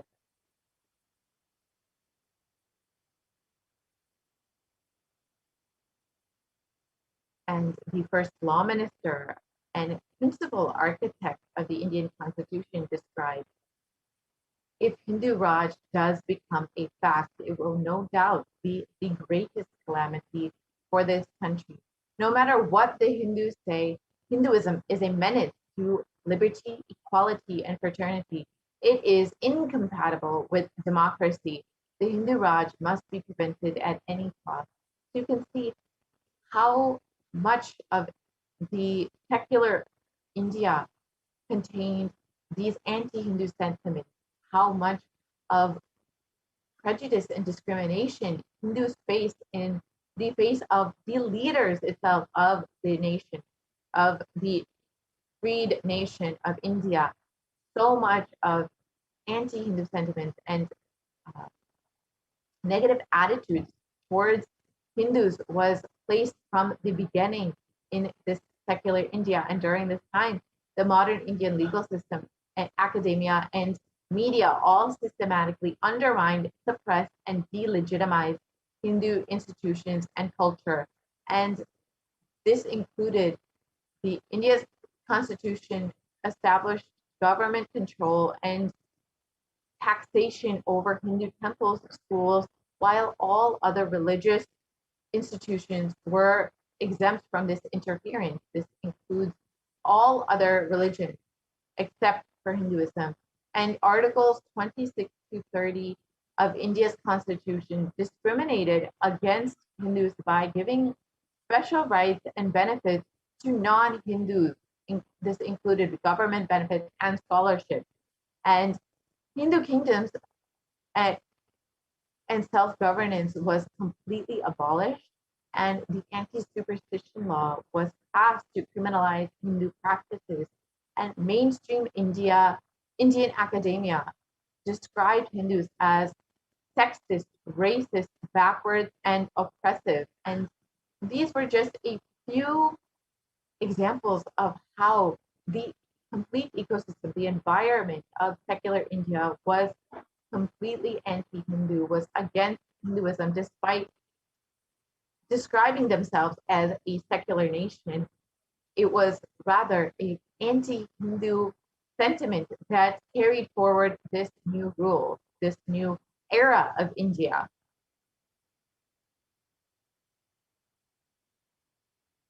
And during this time, the media narratives were used to stereotype and demoralize Hindus. And Bollywood and other mainstream media outlets consistently portrayed Hindu gods and gurus as cartoonish, dishonest, corrupt, sex fiends, and in a manner similar to the British imperial propaganda. And media narratives are used to shape human consciousness and further political agenda. Racist British colonial stereotypes portraying Hindus as superstitious, backwards, dishonest, and corrupt are perpetuated by their brown British successors in modern India, completely unabated. And you can see some of the examples of how Hindus and Hindu gods were portrayed in Indian media. You can see how they're portrayed as sex fiends, as jokesters, as and completely disrespectfully towards the Hindu gods and goddesses. And the revival of the Hindu nation. So let us understand why we need to revive Hindu nation and why we need Kailasa. So the Supreme Pontiff of Hinduism described that during Hindus had 56 deshas, 200 states, 1,700 samsthanas, 10,000 sampradayas. In all 56, we Hindus are persecuted. Now we have lost all 56. The last one to fall was Nepal. I am the collective voice of all persecuted Hindus. I will revive and rebuild a Hindu nation, built on the Vedagamic principles as a refuge for all practicing and aspiring Hindus, as a safe haven for all persecuted Hindus. So this is the vision described by the Supreme Pontiff of Hinduism for our Hindu nation. So let us understand, what is Kailasa? This revival of Kailasa, the Hindu nation, is for reviving this whole life of enlightened civilization and all the great things it has to offer to the world, bringing legitimacy to all the Hindu offerings that Sanatana Hindu Dharma has, and sharing it with the whole world is the purpose of this Kailasa, the Hindu nation. And Kailasa is the revival of the cosmic constitution. Kailasa is the model nation of how enlightened civilization should be living and administered. Politics, judiciary, education, economy, everything will be revived as Paramashiva revealed in the Vedagama, the Sanatana Hindu Dharma scriptures.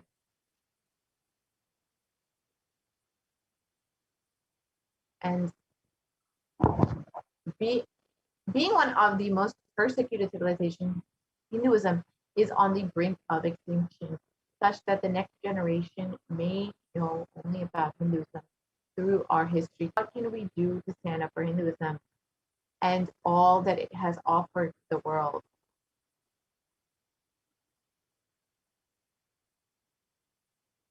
Today, Hinduism is a political orphan. The preservation and restoration of Hinduism's spiritual and cultural heritage is impossible without a national identity. So what can we do to save Hinduism? Let us reclaim our Hindu identity. Let us understand how we should do this. If you are healthy, wealthy, rich, successful, peaceful, happy, respectable, have a stable family life, have the best mental health, and you're a Hindu, understand that Hinduism is responsible. Hindu identity is responsible. Hindu scriptures are responsible. Hinduism is responsible for our successful lives as Hindus. It is the Hindu scriptures which gave us the best mental setup. All of the best things that we Hindus have, the Hindu scriptures are responsible for this. Hindus are the richest and most successful ethnic community in the world. Hindu scriptures, Hindu lifestyle, our enlightened masters are responsible for this. Hindu thought currents are responsible for this. And in this article in the Hindustan Times, you can see that Hindus are the most educated religious group in the US as per the Pew report. And this just shows how much Hinduism has contributed to each and every one of our lives.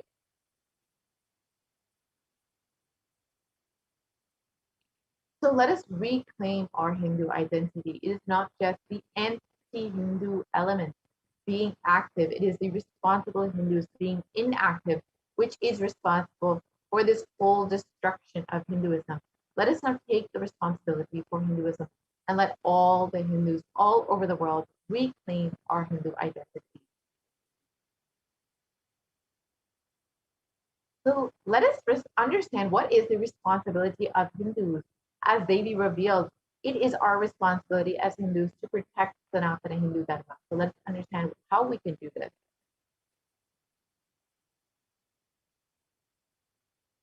It is the responsibility of Hindus to revive this enlightened civilization again and again, bringing the gifts of enlightened civilization to humanity.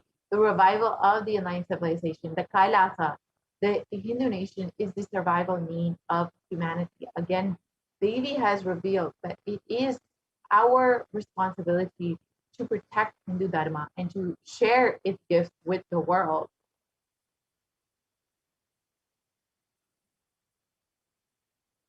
So this is an invitation to all of the Hindus out there, the born Hindus, the practicing Hindus, these sympathetic Hindus, those who are curious towards Hinduism, those who want to explore and enjoy Hinduism. Please come and be a part of this revival by the Supreme Pontiff of Hinduism. You can sign up today to become an e-citizen at kailasa.org and can reap all of the benefits of Hinduism. You can understand, learn, and become a part of this Hindu ecosystem to revive Hinduism. You can understand, learn about all of our Hindu scriptures, learn about our Hindu practices and share it with the world. So you can connect with us also on all of our various social media platforms, including Instagram, Facebook, Twitter, YouTube, and even WhatsApp. So let us listen to why we need a Hindu nation, why we need Kailasa in the words of the Supreme Concord of Hinduism himself.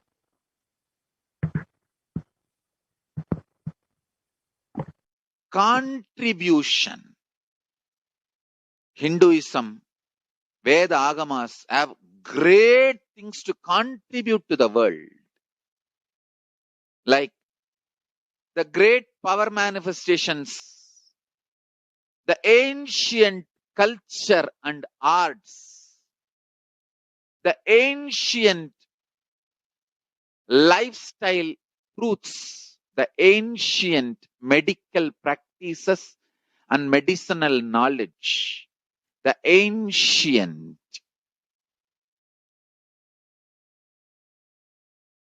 indigenous cultural heritage and jewelry, perfume, dance, music. In every level, Hinduism has so much to contribute. Veda Agamic traditions have so much to contribute. To share all this with the world, to contribute to the world.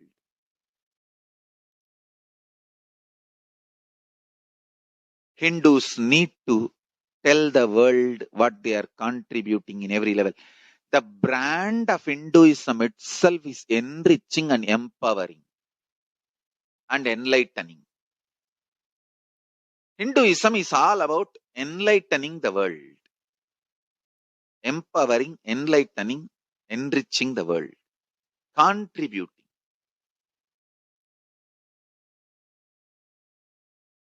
That is our spiritual life. That is our spiritual strength. That is our spiritual core principle.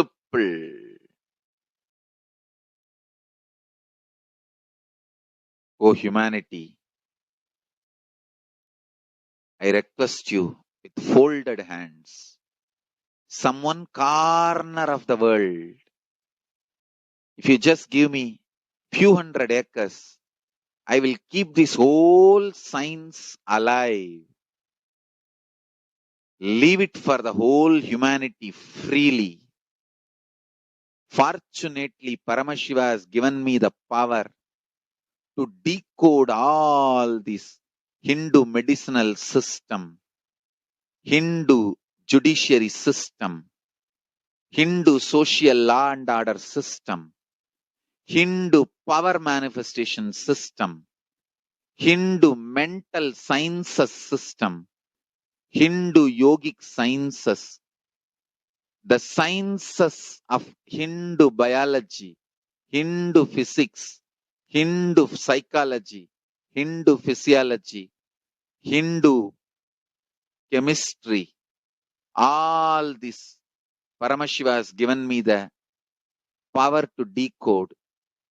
Whatever the remaining scriptures are available with the humanity, Paramashiva has blessed me, and I have collected, not only I have collected and organized, I can decode. This whole science can be kept alive in any one corner of the world. Just few hundred acres are given for me to live peacefully and exist peacefully. I can store this whole thing alive and contribute it to humanity. Humanity can become better and better and better. I can make the planet Earth so much better place to live. I am here to contribute, and I will continue to contribute.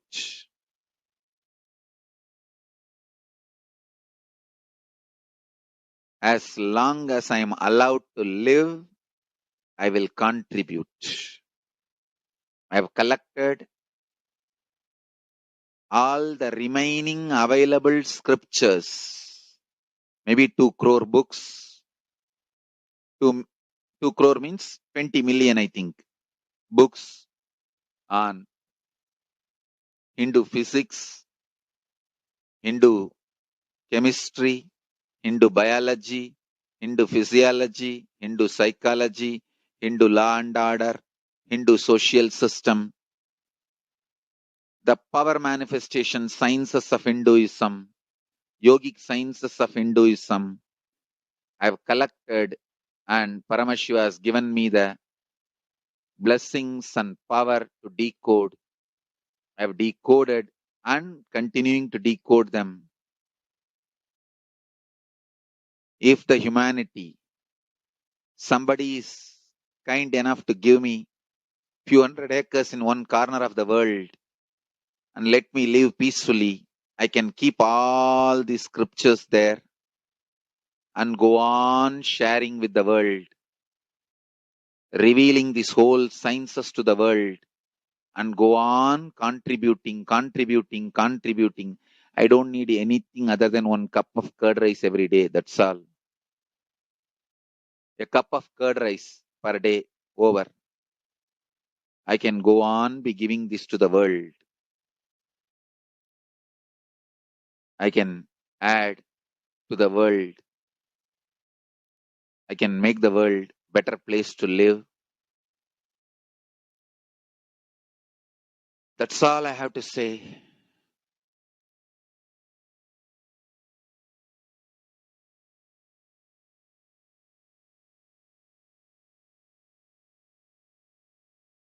Thousands of medicines are described detail in ancient Siddha and Ayurvedic scriptures.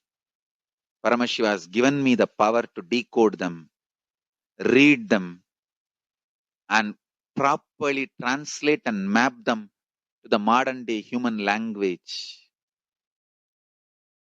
I am ready to work 20 hours a day. I just need few hundred acres where I can sit peacefully and keep this library, run a Gurukul where thousands of people can learn this and share it with the world. Understand?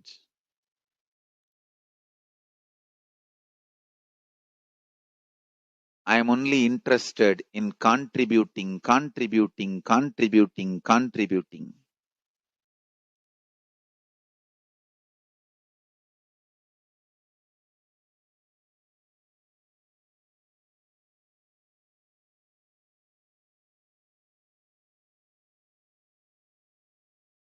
If we can decode all this great knowledge, whole world can prosper from this knowledge. Whole world can enjoy from this knowledge. If I prosper, I will only create a university. I will not create anything else. If the Hindus prosper, they will only create education institutions. Because Hinduism is all about giving, contributing.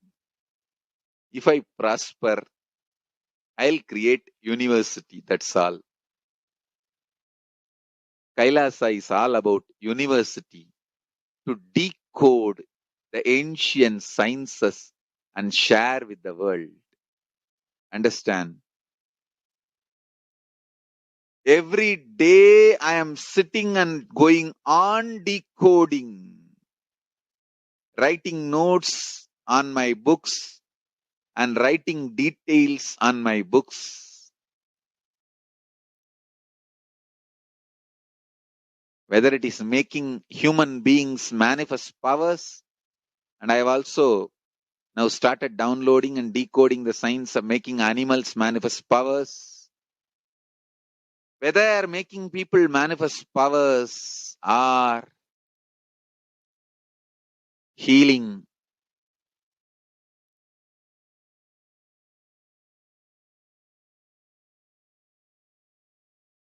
in every level. Life is all about contribution, contribution, contribution.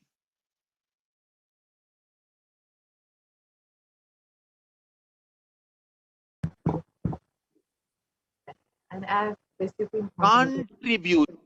life is all about contribution, and that is exactly what the Hindu nations have done and will do for the world. So, with this, we will be concluding this segment of the Devi Akashic reading and move on into the next segment where we will understand some of the revelations made by Devi Parash.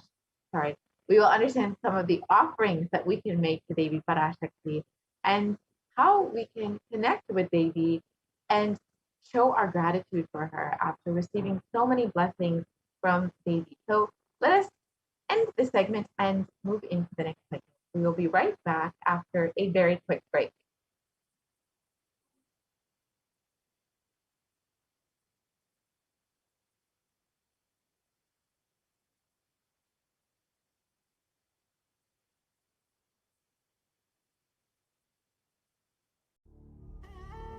What I mean by the word e-Kailasa, listen intensely.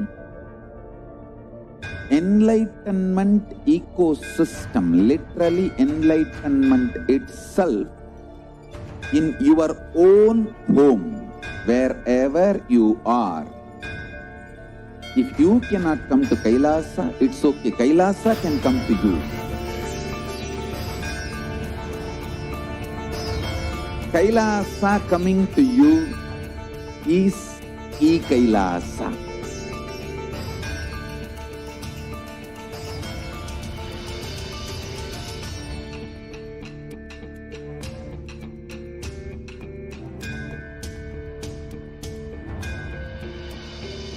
I will revive Hinduism. I am a Hindu revivalist, not by any revolution, but by evolution.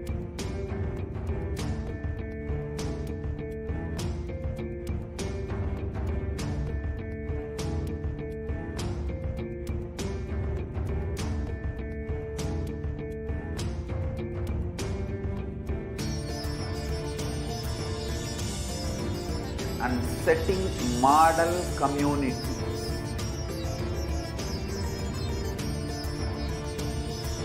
Kailasas, enlightenment ecosystems, Sarvanya Pitas all over the world.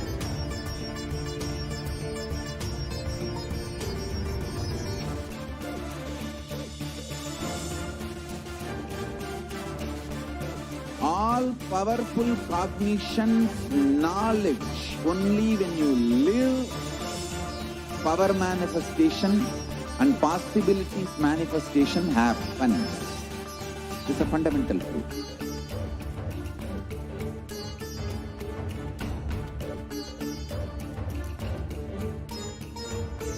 Hinduism cannot live exclusively as one sampradaya. No.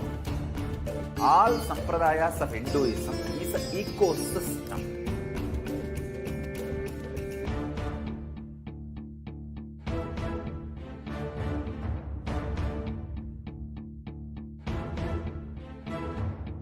So don't keep quiet thinking that if one sampradaya is attacked, only that sampradaya is going to be affected. All of us are ecosystems.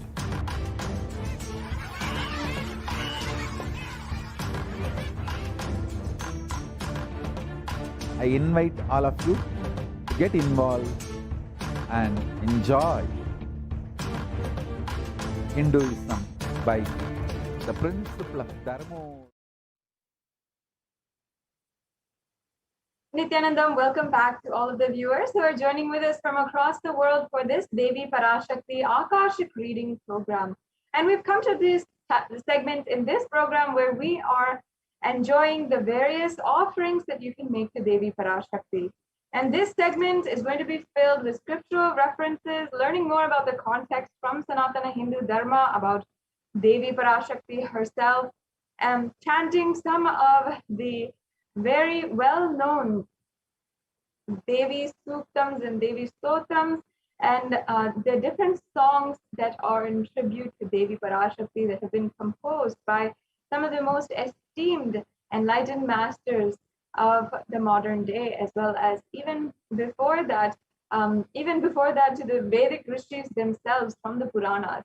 And today it's going to be a very informative, very enriching segment on the offerings to Devi Parashakti, about how offerings are a part of our daily lifestyle and how you can take this platform of Kailasa and the Nithyananda Paramashiva Devalaya as your personal temple wherever you are, and serving you digitally wherever you are. And as the Supreme Pontiff of Hinduism says, until you manifest your reality as you want it, we will manifest it for you through these offerings and through the various rituals and sevas of the Nithyananda Paramashiva Devalaya. And it is such a beautiful thing to be able to share with you all every single day the offerings, and give this extremely beautiful opportunity to experience the next level of your relationship with the divine. And ultimately, that is what this is about. That is the ultimate beautiful context and significance of these offerings that you can make today. And we will be understanding the significance of these offerings, the significance of various different levels, including why we are offering in gold, why we are offering different types of jewelry or different ornate items. Why are these each beautiful, and why are these used in Hinduism? Why are these used in worship? And what is the auspiciousness about the whole thing? All of it, believe it or not, is within the Hindu scriptures, and it is a part of the context that was given for Sanatana Hindu Dharma. That is the beauty of the whole thing. And in this segment, we will be understanding that for each and every one of you. And I request that each and every one of you stay tuned until the end of the segment so that you understand also the different offerings that you can make, and as well how to make those payments and how to exactly get into the logistics, the steps. If you are ready and some of these offerings pique your interest and you feel, yes, I want to do this right now, then you can stay tuned and ensure that you go through the right steps in order to make this a quick and seamless process as well. So now let us begin by understanding the context of the significance of an offering. In the Hindu tradition, if you are born Hindu, you know this, and if you are practicing Hindu, you must know this, that in the Hindu tradition, we always offer to God whatever opportunity we get. And that is daily, we do the daily puja, but also whatever occasion comes our way, if it is our birthdays, our marriage anniversaries, or even if we are starting something new for the first time. For example, if we're starting a new venture, a new business, or even we're inaugurating a new business place or a new home, or if we are even getting a new car, everything begins with offering to the divine and offering our gratitude foremost and requesting their protection, guidance, and their presence in our lives as we go on further. We never take for granted the presence of God in our lives, and we owe all the good things that happen in our lives to the divine, to their beautiful presence in their lives, and for them allowing such auspicious happenings to take place in our life. And for this reason, we take the opportunity at any chance we get to offer our gratitude and for building and deepening our relationship with the divine. And that is a very important part of the Hindu tradition. If we see even the offerings that are done in the traditional temples, whether it is in Madurai Meenakshi Amman temple in Madurai or in the Tiruvannamalai Arunachaleshwara temple in Tiruvannamalai, or in any of the temples, the offerings that you can do to the main deity will always bring you closer, will always give you a deep sense of fulfillment, and will ensure that the blessings of the deity are on you at all times. So with this, let us now move into the next slide, where we will be chanting the Dhyana Shloka for Devi Manonmani. Let us now invoke her presence amongst us in this segment, as we are describing Devi in her very, very beautiful form, and we are literally going to be describing the very different parts, all of her jewelry, every single part of Devi Parashakti. We're literally going to be going over. Let us first pay our gratitude, our respect to Devi Parashakti for being literally who she is in her most beautiful form as Manonmani, the very form of Devi Parashakti, which is seated on the lap of Paramashiva. Yes, let us now chant. Indu nibaveda karavahni nayanam syat pankajavara japaksha sarayuktam angahimabhuchan vishitra vasanam syat tungam kutojjala manonmani swarupam. Yes. And the translation describes Devi Parashakti having a moon-like face, holding the Vedas on hand, fire in eyes, with lotus flower gracing and blessing hands, and one hand with the Japamala, beautifully decorated with jeweled ornaments and wonderful clothes and shining bright crown. And her name is Manonmani.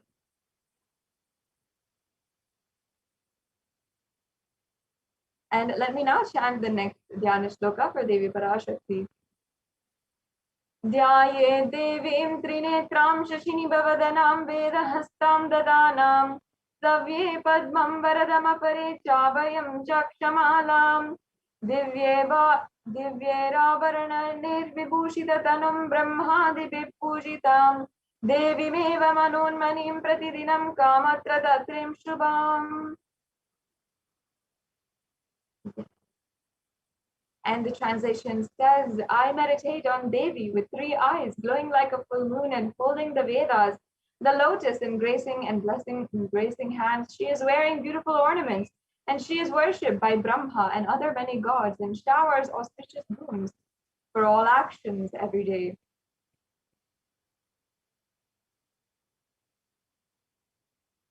Now, having thus invoked and invited the presence of Devi Parashakti, remembered her beautiful form, let us now enter into the significance of the divine element gold. In these offerings, you will be seeing that many of them are offerings in gold, literally. And they are very ornate, beautiful ornaments that we'll be offering at the divine lotus feet of Devi Parashakti. And there is a very profound significance of gold, actually. And in our day and age, we all know that gold is often used to place ownership in a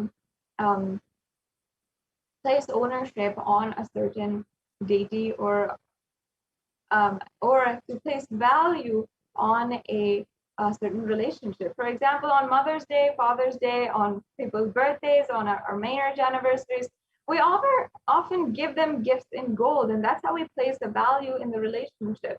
We like to give gifts or necklaces and jewelry to our wives or to our significant others, or we give golden trophies. And there's so many different golden appreciation, ways of appreciation and recognition in society that literally mark the status in society. And gold is often the highest place, the highest status in society. Gold medal is often the highest medal in any kind of competition. So this shows that we place so much of value in gold. And however, in our day and age, we have lost the actual significance of the element gold, and we've kind of started to get very superficial about our understanding of gold. It is not simply an economic value, and we cannot place value in relationships by the economic value. Of course, we're not trying to put a price tag on a relationship, We know that there's something more there, but we still actually lost that significance in our lives. Can we go back to the previous slide? In fact, in the Atharva Veda, in one of the oldest scriptures in Sanatana Hindu Dharma, the Atharva Veda is one of the Chatur Veda. And in this, it says that it has a verse on the property, the divine properties of gold. And I'll just be chanting the English translation of this verse. It says, triply born by birth is this gold. From the atoms of Agni is one. It becomes dearest to Agni, and one fell away from the stoma when it was hurt. One they call the seed of virtuous and powerful Apaha, the watery molecules. Let that triple gold be for your long life. So there's two things here. One is the gold being associated with virtuousness and powerfulness, and also gold being associated with long life. And in today in popular culture, we often see that gold is associated with long life, and it has a direct relation to alchemy, to immortality, and that is why people sought after it for so long. And the truth is that in Sanatana Hindu Dharma, we actually mastered these sciences of immortality and of alchemy, and we had the sciences available, and that's why many people have sought after it and even sought to destroy it. And that is ultimately why the divine element gold lost its divine qualities. I mean, not that it lost its divine qualities, but the significance is not known, and we have reduced how we see gold in our day and age, and we've reduced it to simply an economic value, which it is not. In fact, gold is a divine element. In Sanatana Hindu Dharma, it was recognized for how it is purifying anything that it touches, and it has extremely potent qualities of being able to spiritually heal and spiritually enlighten you. So it has such beautiful significance. And that is why even gold is present in all the scriptures, the Agamas, the Vedas, the Shrutis, the Smritis, the Itihasas, and Puranas. And in all the Hindu scriptures, it is abundantly present that gold is the most auspicious and purest metal, which even is the very being. Excuse me. In the Hindu civilization, everything was built in gold and exchanged in gold, and ritual feasts were offered in gold bricks. And when one was to be saved from the life-threatening illnesses, gold was offered as a ritual fee. Gold was in abundance and used for weighing equivalent amounts of commodities, including cows, and kingdoms was built with huge doors of gold. The streets would have huge columns and huge archways of gold, and horses and cows were dressed in gold. And of course, the horses, the cows, the elephants, all the animals lived in coexistence and were even worshipped as embodiments of the divine as well. Yes, let's go on to the next slide. And the Hindu civilization thrived on the banks of rivers of gold. In fact, the Indus River was called the Hiranyamaya, the river of gold in the Rig Veda, and the river Saraswati was also called the Hiranyavartani in the Atharva Veda. And gold is a supreme element, as we discussed, for offering gifts to the ones you love and revere. And in Sanatana Hindu Dharma, we recognize this divine quality of gold, and that is why we distributed it for the whole civilization. That's why the whole civilization was able to enjoy gold, and literally cities of gold were built. Temples were constructed and paved in gold. Deities were made in gold and decked and adorned in gold. And all of this because we know that it preserves the enlightenment energy forever. And it literally will last thousands and thousands of years.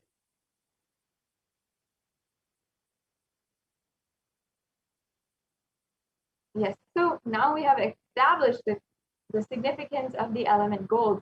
And you'll be seeing some of the offerings that we have in gold next. And the first offering that we will be understanding today is the Hundi offering. And it's a really simple offering that you can make, and it's a general donation that you can simply make. And we Hindus know the significance. When we go to the temple, we always offer a few coins or $1 or how much ever we want into the plate of the pujari or into the hundi.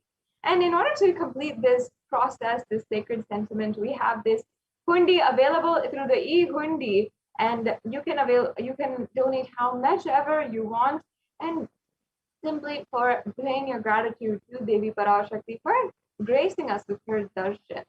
And Devi Parashakti literally accepts all devotion, and she is described in the Lalita Sahasranamam as who is fond of true devotion, who is described as Bhakti Priya, and literally the one who accepts any kind of devotion, and she doesn't ask anything in return. I'll just be chanting that verse now from the Lalita Sahasranamam.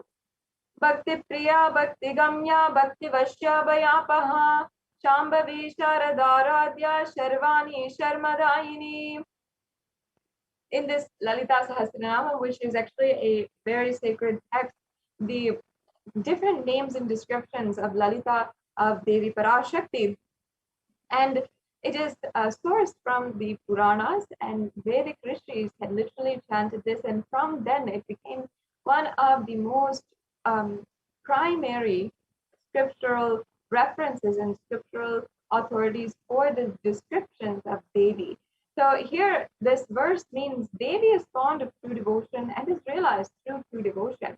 And she can be won over through true devotion, and she removes all fear. This is such a beautiful verse.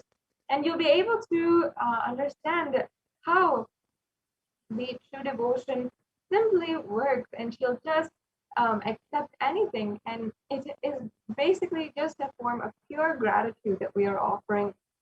And this Ihundi offering is available for you just to express that and show your gratitude towards Devi Parashakti.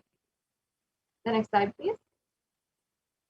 And she is also the remover of all fears. If there's any fears in the minds of the devotee, Devi is sure to remove that fear. And it is stated that Devi likes to be worshipped in autumn here.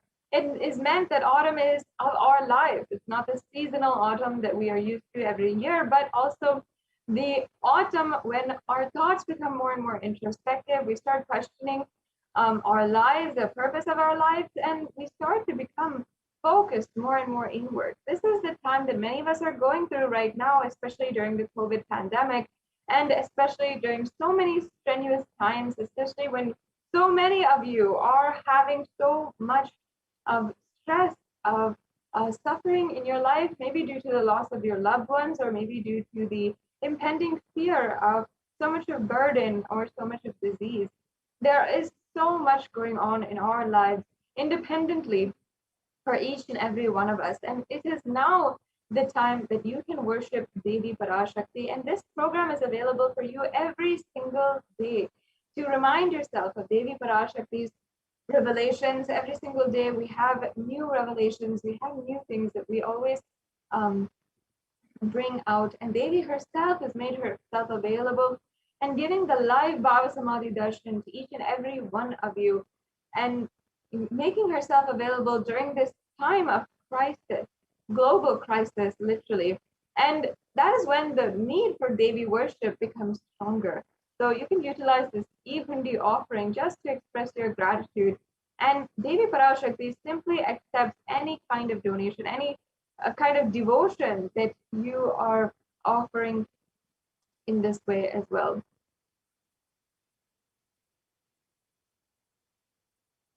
Yes. The next offering is the Sankalpa chanting. This is also a very simple offering that you can make for $1.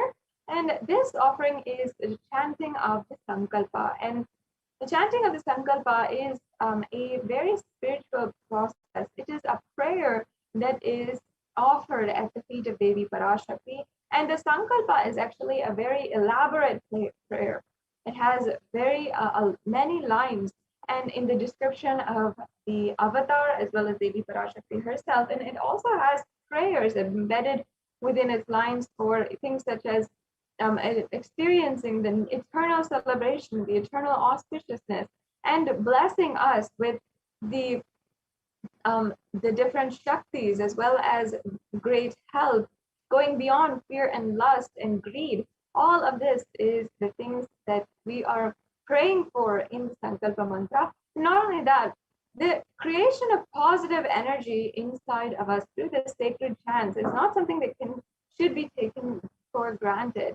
The offering of the Sankalpa is literally that. And Not only that, just the sacred vibrations that are going on within anyone. And when the prayer is offered on your behalf, the energy is aligned inside of you so that your conscious resolution can come through. And you may have any kind of conscious resolution. You might feel, you might want to make it happen in your reality, certain wealth or a certain relationship to heal, or whatever it is. That conscious resolution is what this prayer is going towards and what it will ultimately fulfill. So offering the sankalpa, chanting this conscious resolution, blesses the person who is offering with all the fruition of their desires and wishes.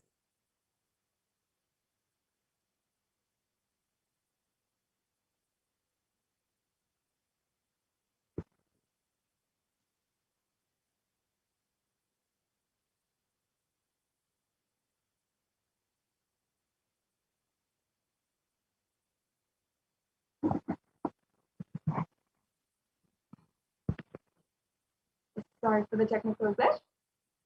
The next offering is this Sahasranama Swarna Kasu.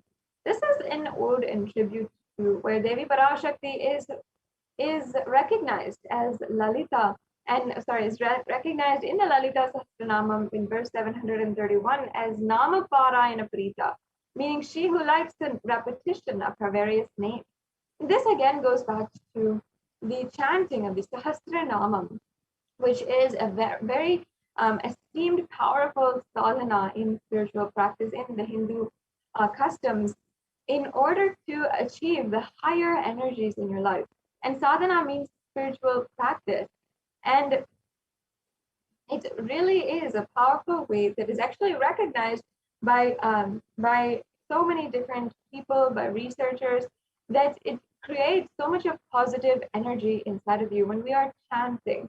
And that the Sanskrit mantras have so much of association with the positive energies and the positive vibrations. And when you're chanting the names of Devi Parashakti in the Lalita Sahasranamam, it is literally creating that positive energy inside of us. And the significance actually is that the whenever we are cherishing in the inner space, whatever we are cherishing in the inner space is always what is manifested into reality.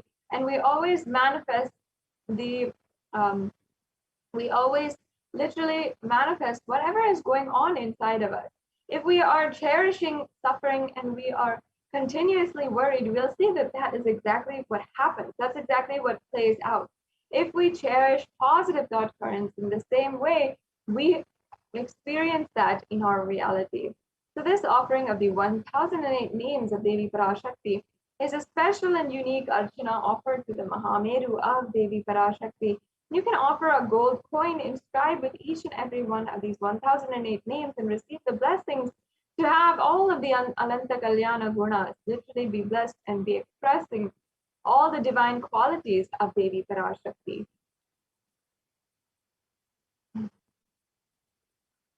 Yes. The next offering is the Mukta Anguti, the finger ring with a pearl. And now I'll just be chanting the verse from the Meenakshi Pancharatnam, where it describes Meenakshi, the incarnation of Devi Parashakti, as Muktaharana, adorned with pearls. Muktaharana Satkirita Ruchiram Purnendu Vatra Prabham Shinjannu Purikinkini Manidaram Padma Prabhabasuram Sarvabhita Palapradam Girisutam Vani Rama Sevitam Meenakshim Pranatosmi Santatamaham Karunyavaram Nidim. And the English translation says, I bow down to the goddess Meenakshi, whose crown has garlands of pearls and face shining like the full moon, who wears anklets that are studded with gemstones and has small bells, who is shining like the splendor of a lotus and who grants all the wishes, the daughter of the mountain, who is worshipped by goddess Vani and Rama. I remain ever bowing to the goddess Meenakshi, the ocean of compassion. And Meenakshi here is described as the ocean of compassion. And not only that, I think there's a technical glitch. We can go back to the slide. Yes. And not only that, Meenakshi Devi Meenakshi also is associated with pearls.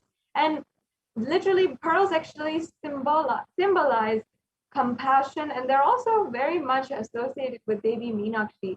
And Devi Meenakshi is always described to be adorned and decked in pearls, as you can see in this verse as well. And Devi Meenakshi also has such a beautiful way of relating with the whole world and such a beautiful way of manifesting literally Kailasa on planet Earth. Devi Meenakshi was the sovereign leader of all the 56 deshas, all the 56 kingdoms. And when she came down on planet Earth, she united all of the kingdoms, she conquered all the 8 directions, and what is very much known and praised to be called the Big Vijayam, the conquering of all of the directions. And it was basically a conquest out of compassion. That is what was why Devi Meenakshi is described as the ocean of compassion, because she literally spread compassion across all of the 56 deshas. She brought all of the different tribes that in that point in human history, all this 56 deshas, all of the different tribes of humans were all in this stage of human history. And she brought it all under one rule. And for the first time on planet Earth itself, there was a huge civilization, a huge country living under one rule. And that was the power of Devi Meenakshi. She literally brought a breakthrough to the whole lifestyle of human beings. Excuse me. And she had ensured that the entire civilization was thriving. Literally every human being was taken care of. That was the compassion of Devi Meenakshi. With this offering, you can literally see how you will be blessed with the compassion of Devi Meenakshi in your life. Yes, we can go on to the next offering now. The next offering is the Swarna Padma Pushpa, the golden lotus. And in the Kamic Agama, it's described that all the kalasas should be wound around with suitable thread and covered with new cloth, and they should be adorned with the lotus flower made of gold.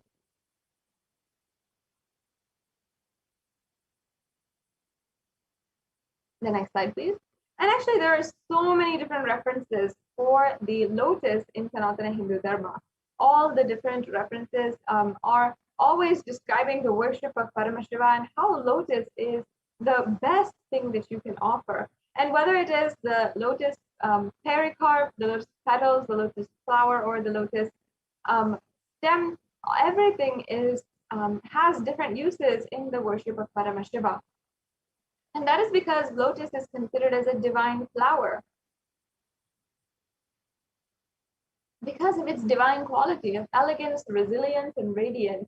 Despite having been in any kind of background or any kind of lotus still grows and it has that elegance that it still radiates. And in fact, the Shakti of Paramashiva is called as the lotus. The base of the Paramashiva Linga, as you can see in the photograph, is also a lotus. And the disciple of Paramashiva is also considered to be as a lotus which is about to bloom. So you can offer this lotus in any size which you wish and be blessed with the state, face, and powers of Devi Parashakti to face any adverse situation in your life. The next offering is the Swarna Metti, the gold toe ring. And nowadays the toe ring has a lot of use in popular culture and many of us are starting to use it. But actually the origin, the source is from Sanatana Hindu Dharma, and it's actually from this verse that we have here. And we, even in until today, in the Hindu customs, in the Hindu marriage, the feet of the bride is adorned with the toe ring. That is because the toenails of Devi Parashakti, literally every woman is invoked as Devi Parashakti and worshipped as Devi Parashakti during her marriage. And she is literally adorned with this toe ring. And she wears that toe ring after that as a symbol of her, of being married, and also as a symbol of being an embodiment of Devi Parashakti. So she is invoked as Devi Parashakti in in the custom, and that is because Devi Parashakti's own toenails are decorated with the toe ring. That is because of the significance behind her toenails. And this is why I'll now be chanting this verse. Nakhadiditi samcharanamajjana tamo guna padadvaya prabhajala parakrita saroruha. And here is described that you whose brightness from toenails destroys the darkness of ignorance from the minds of your devotees, you who prostrate at your feet, and you whose brightness from your 2 feet overpowers that of the lotus flower. So once again, the toenails, it's not just her feet, it's even the grace of her toenails that are powerful enough to remove all the darkness and ignorance from your life.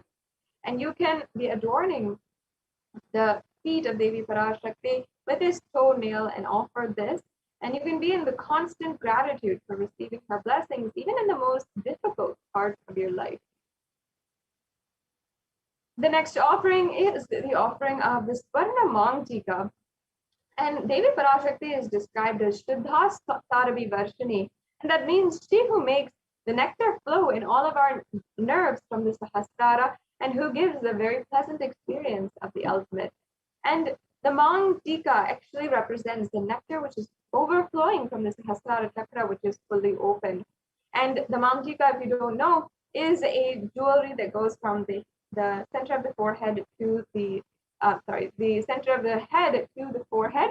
And sometimes it also goes across the forehead, it goes across the whole head, and it literally represents the Sahasrara chakra, which is overflowing, and the nectar, which is outpouring from it. And that beautiful significance represents actually the open Sahasrara chakra. And it's so open, so much in bloom that it literally the nectar is pouring out. And that is the significance of the gold jewelry, that it literally signifies, it has such powerful spiritual significance as well, not just a offering that we're making out of our love, but so much of spiritual context behind it as well. The next slide, please. So you can offer this Mangtika as a way to offer to Devi Parashakti and receive the blessings of achieving the blissful state of overflowing gratitude in the space of complete completion. The next offering is the Pratyaksha Pada Puja. And once again, we are remembering the verse from the Saundarya Lahari, which I just chanted. And it states that the nails that have been sharpened by constantly being touched by the crowns of celestial beings who prostrate before Devi are capable enough to remove all darkness. And Tamoguna is considered as darkness. And in this statement, Tamas is indicative of ignorance. And in the minds of devotees, by constantly prostrating before Devi, the ignorance is removed and they attain knowledge, they attain the ultimate knowledge. And the Pratyaksha Pada Puja is a very precious offering, and especially we are offering to the Nijavatara, the Guru himself. And Guru Padukas has so many different scriptural references, whether it is in the Guru Gita, Guru Paduka Stotram, or in so many different speeches, discourses, satsangs, and the eloquent satsangs and teachings of so many different incarnations of Paramashiva, including Adi Shankaracharya himself, who composed the Guru Paduka Stotram, and as well Sri Satya Sai Baba, who had sung Manasa Bhajare Guru Charanam in his very first, upon the realization of his incarnationhood in the 1940s. So in so many different ways, the Guru Paduka is so much, so revered in Sanatana Hindu Dharma, and we can go on and on describing. Of course, we can go on for 3 chapters, 900 verses about the significance of Guru Padukas. But in this offering is really a once in a lifetime's offering, and many Kailashiyans offer this once or twice a year, and they make sure that they do that just out of their pure gratitude towards Guru happening in their life, and just literally offering their gratitude at the feet of the Supreme Pontiff of Hinduism. So you can also do this and offer, and make sure that you are offering this Pratyaksha Pada Puja. And the next offering we have is the Vastra Seva. The Vastra Seva is the offering of the sacred cloth or the sacred adornment as well. This also will bring so much of auspiciousness and protection of the Guru in your life. So now this brings us to a conclusion of the array of different offerings that we have for each and every one of you. And now you can see a summary table on the next slide of the different offerings. You can see we have 9 different offerings that are available right now. The Ihundi offering, the Sankalpa chanting, the Devi Sahasranama Kastal, the Mukta Anguti, the Swarna Padma Pushpa, the Swarna Metti, the Swarna Mantika, the Pratyaksha Pada Puja, and the Vastra Seva. And you can see that there is very minimal amounts, and there's also some substantial amounts that are all available, and various different levels as well. We know that many of you might not be comfortable in making offerings that are more substantial, and you might need to plan further for the offerings like the Pratyaksha Pada Puja or any of these more substantial offerings. But there's still various different levels of the offerings, so none of you need to feel that they're somehow insufficient for being able to make an offering today. It is nothing. It is a beautiful way that you can express your gratitude, and there's so many different levels that you can offer. If not the highest level, then you can offer the lowest and just express your gratitude to Devi Parashakti in some way and form. And if any of these offerings pique your interest as well, you can, but you might not be ready immediately to make an offering, the offering that you'd like to make, because so many of these offerings have so much of beautiful significance. As we described, we learned all the scriptural references in the spiritual context of these offerings. If you're not ready yet and you feel you need more information or you need more time, then you can fill out the Bhava Samadhi Darshan registration form. We can go on to the next slide. And in this slide, we'll be able to see the link for the form.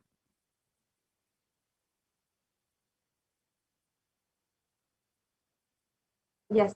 So as you can see that at tiny.cc/Bhava Samadhi, you can fill out this form if you are interested in making an offering. It might not be now, you might not have the money or the resources in order to make these offerings, but you can start manifesting today, and that is all it takes to simply make these offerings happen within the short time, within absolutely short time, and you can manifest these offerings as well, and you can literally break that impossibility that you might feel in making these offerings.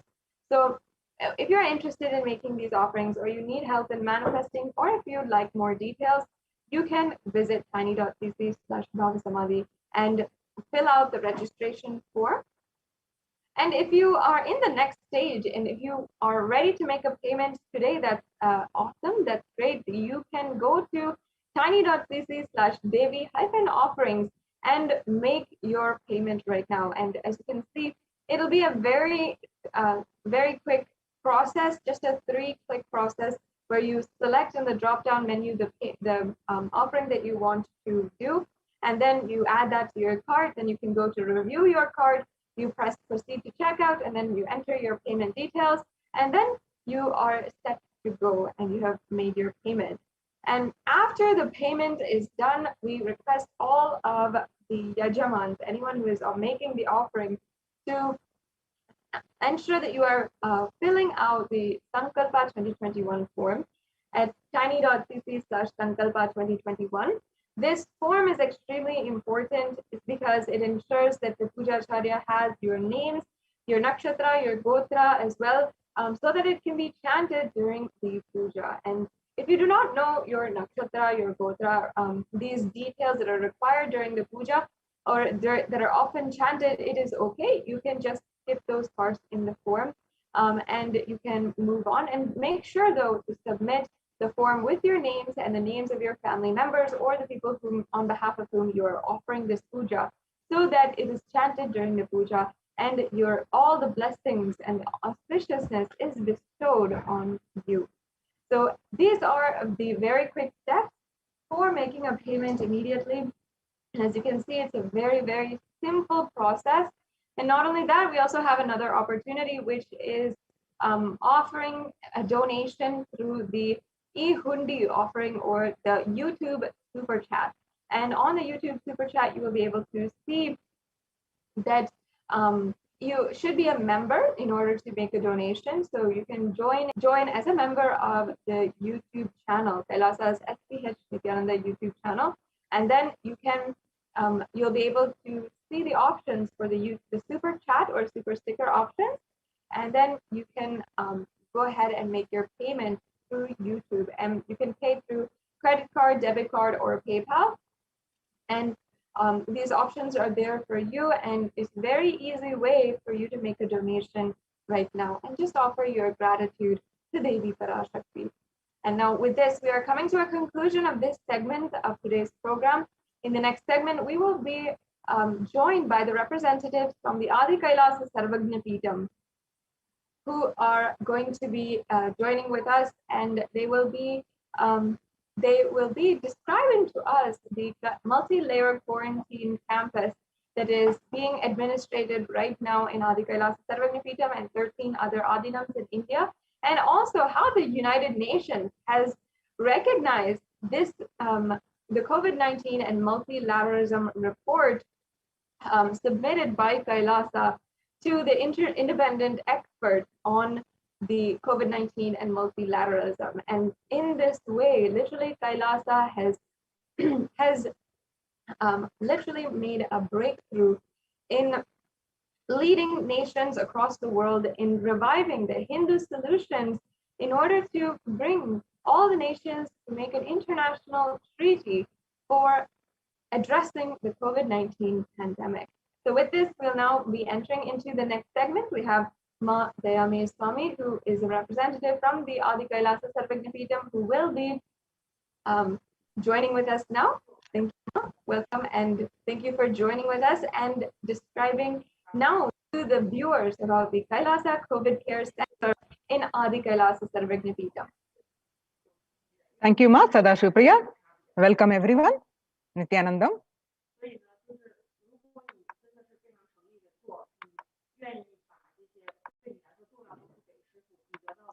In this segment, now we are going to see the Kailasa's multi-layered quarantine opportunity for India during the COVID-19 as a practical solution resulting in health, joy, and bliss. With the blessings of the Supreme Pontiff of Hinduism, Jagat Guru Mahasannidhanam, His Divine Holiness Bhagwan Nithyananda Paramashivan's blessings. Let's start with the Sadguru Vandanam. Nithyanandam Paramasugadam Kevalam Jnanamurtim Dvandvatitam Gagana Sadrusham Tattvamasya Dilaksham Ekam Nityam Vimalamachalam Sarvadi Sakshibhutam Bhavatitam Triguna Rahitam Sadgurum Tam Namami. Yes. Now, the report on these Kailasa solutions is recognized by the United Nations. The report also, we are going to present in detail the report published in the United Nations on Kailasa's COVID care protection centers, a multi-layered quarantine opportunity, and other Hindu Kailasa solutions, and multilateralism. All this we are going to present in this segment. So on the first, we are going to see the how Devi Parashakti revealed consistently on the effect of the pandemic on the mental health of the world across everyone, and state of the world reports across the world, the newspapers, the reports confirming the same, the data confirming the same, and how the Kailasa is providing the solutions and implemented successfully in these COVID care centers, and it is now recognized by the United Nations. So let's see those reports. The Devi revealed on the on 5th June 2021, not only people dying in crores, the financial and mental retardedness. You will also see minds. Minds getting collapsed. Freedom from all this suffering is the life of living enlightenment. First, prevent yourself from this deadly corona. Oh, people, do the job of saving your life as first priority. Listen properly, people. The only way to protect yourself from this overflowing cosmic pralaya and from the demonic people who search for destruction for themselves and for others because of pralaya go to Adi Kailasa, getting shelter at the feet of Paramashiva. Save yourself from corona and death, economic crisis, and mental collapse that is formed because of corona. Save yourself and move towards living enlightenment. Move towards Paramashiva, Parampurul, doing yoga and tapas, doing seva to all the devotees of Paramashiva and live a good life. Just for that, I have opened the doors of Adi Kailasa and for all those in the universe, not only human beings, as even Siddhas, Jnanis, and Yogis have come and are doing penance in Adi Kailasa. For everyone who come, goodness, prosperity, jnanam, and yogam will overflow. Do not have fear, bliss is there. Do not have worry, I will protect with goodness. Just for that, I have opened the doors of Adi Kailasa. For all those in the universe, not only human beings, as even Siddhas, Jnanis, and Yogis have come and are doing penance in Adi Kailasa. For everyone who come, goodness, prosperity, jnanam, and yogam will overflow. Do not have fear, bliss is there. Do not have worry, I will protect with goodness. Happiness is there, enlightenment is there. Do not have fear, bliss is there. I am solving sufferings. I am the Samayapurattu Kanattal who comes and helps at the right time. These are the revelations about the mental health Devi revealed on 5th June 2021 and media article at the different dates following that, confirming the same on one of these article on global news. Psychiatric symptoms like depression, anxiety exhibited by the COVID-19 patients, which is published on 6th June 2021. According to a new study, neurological symptoms like depression, anxiety are also showing to be common in those who have contracted COVID 19, even in more mild cases. And what Devi revealed about the mental health on 5th June and the media article confirming the same on 8th June 2021. According to the article on BMC Psychology, the impact of COVID 19 on the mental health of US college students. The results indicate that the students closer to graduating faced increases in anxiety, which is 60.8%, feeling of loneliness, which is 54.1%, and depression, which is 59.8%. Many reported worries for the health of a loved one, most impacted their mental health status of 20.0%, and the need to take care of family most affected current and future plans, which is 31.8%. Almost one half of students took exercising and other remedies. The rates of anxiety and depression among the college students continue to soar, researchers say. Researchers at the Dartmouth College, who have tracked the moods and behaviors of about 200 college students for 4 years, say stress levels are at their highest. The report by the Lauren Lumpkin on 10th June 2021. The Dartmouth College researchers began tracking 217 students when they entered the school as freshmen in 2017 in the hopes of understanding how they behave.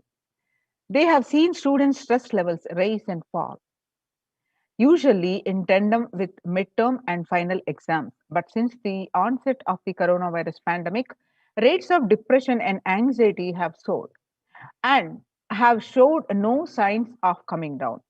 said the Andrew Campbell, a researcher and computer science professor. The psychology today on coronavirus, the trauma, the psychological trauma and PTSD event, how this pandemic will result in trauma responses. Much has been said about the mental health crisis that is occurring related to the coronavirus pandemic. Much of this information has focused on the all-consuming anxiety, panic, and fear that many are experiencing. While this is important and needs to be at the forefront of discussions, something that has not been discussed in the psychologically traumatic nature of what our nation and our world is experiencing. The increased prevalence of the post-traumatic stress disorder, PTSD, is expected to emerge as a primary factor driving the growth of the global post-traumatic stress disorder therapeutics market over the period of assessment. What it used to be in 2019 and which increased to 11.91% on by expected to rise by 2027.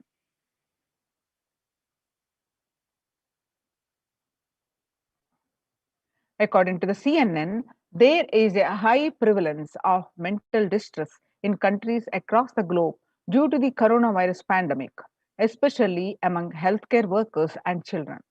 According to the United Nations and the World Health Organization, the impact of the pandemic on the people's mental health is already extremely concerning. United Nations says the World Health Organization Director General Tedros Adhanom says in the news release recently. It is now crystal clear that mental health needs must be treated as a core element of our response to and recovery from the COVID-19 pandemic, Tedros added in the CNN published article. Now, how to address these across the world, what they revealed and across the world reports, and the World Health Organization declared that it is affecting majority of the people of the mental related stress and anxiety and related issues.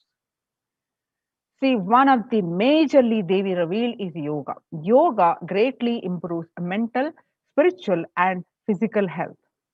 People who practice yoga experience less anxiety, less depression, and fewer symptoms of post-traumatic stress disorder.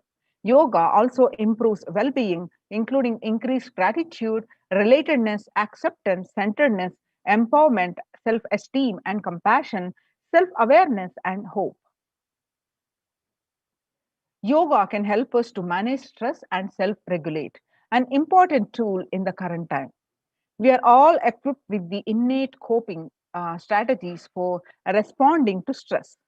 But sometimes our stress response can become out of balance. We are living in a world that regularly activates our sympathetic response, that is, our body's way of responding to stress, sometimes called fight or flight. This is balanced by our parasympathetic response, that is the way the body helps us to rest and relax. Yoga can help bring our parasympathetic response back online and allow us to find balance. Activating our parasympathetic response brings us into a more restful space and allows us to find calmness, connection, and compassion. The deep mindful breathing of yoga and meditation stimulates the vagus nerve, which activates the parasympathetic nervous system and supports self-regulation and stress management.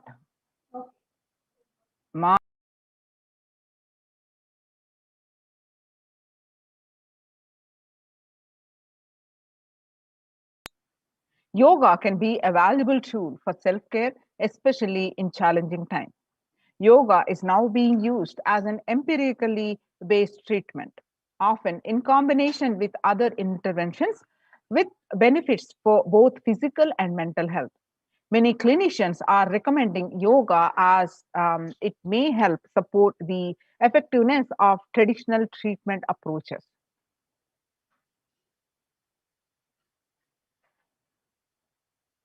The Psychology Today published that in an article, when we, psychologytoday.com, when we actively choose a tool of self care, we better equip ourselves to survive and seek resilience in different circumstances. While it is but one tool, yoga offers the potential for connection and well being, even in these challenging times. Spirituality benefits mental health. Research shows that individuals have better mental health if they belong to a particular community or have religious beliefs. Spirituality can help people in many ways. First and foremost, spirituality or religion can help people find meaning in their life, which is instrumental in improving one's mental health. Spirituality can perhaps help you connect with your divine self. In addition to endowing meaning to your life, it has the potential to improve mental, physical, emotional well being as well. It has been the source of relief and comfort from various challenging issues for thousands of years. The article on the www.livinginwellbeing.org, the psychological health benefits of spiritual practices. Now, revelations to the world by the Supreme Pontiff of Hinduism, Jagadguru Mahasannidhanam, His Divine Holiness Bhagwan Nithyananda Paramashivam on 22nd May 2021. Paramashiva is very clear. Focus on making your body alive, life alive. Mind is obsessive compulsive reaction. It is nothing but a bunch of unconscious reactions. Do not try to sympathize with the mind. Make your body and life alive. That is the only priority for all of you. I am talking to everyone who has a little love and sympathy for me. For all of you, take this as a guru walk. Make your body consciously strong. Gym will build muscles, make you look very nice in the outside, but only yoga and Ayurvedic lifestyles will make your body conscious. Just see all over the world, all the gym bodies are just dropping dead. Only yoga will make your internal organs strong and your ability to manifest consciousness strong. Let me give you the solution from the Paramashiva to protect yourself from this whole pralaya. Not just from corona. The amount of depression, mental suffering, the way the whole world is suffering, the kind of poverty happening, people losing their job, income, having insecurity, comforts being lost, so much. Just make your life extremely strong. 3 years back, I said, keep yourself alive for next 3 years.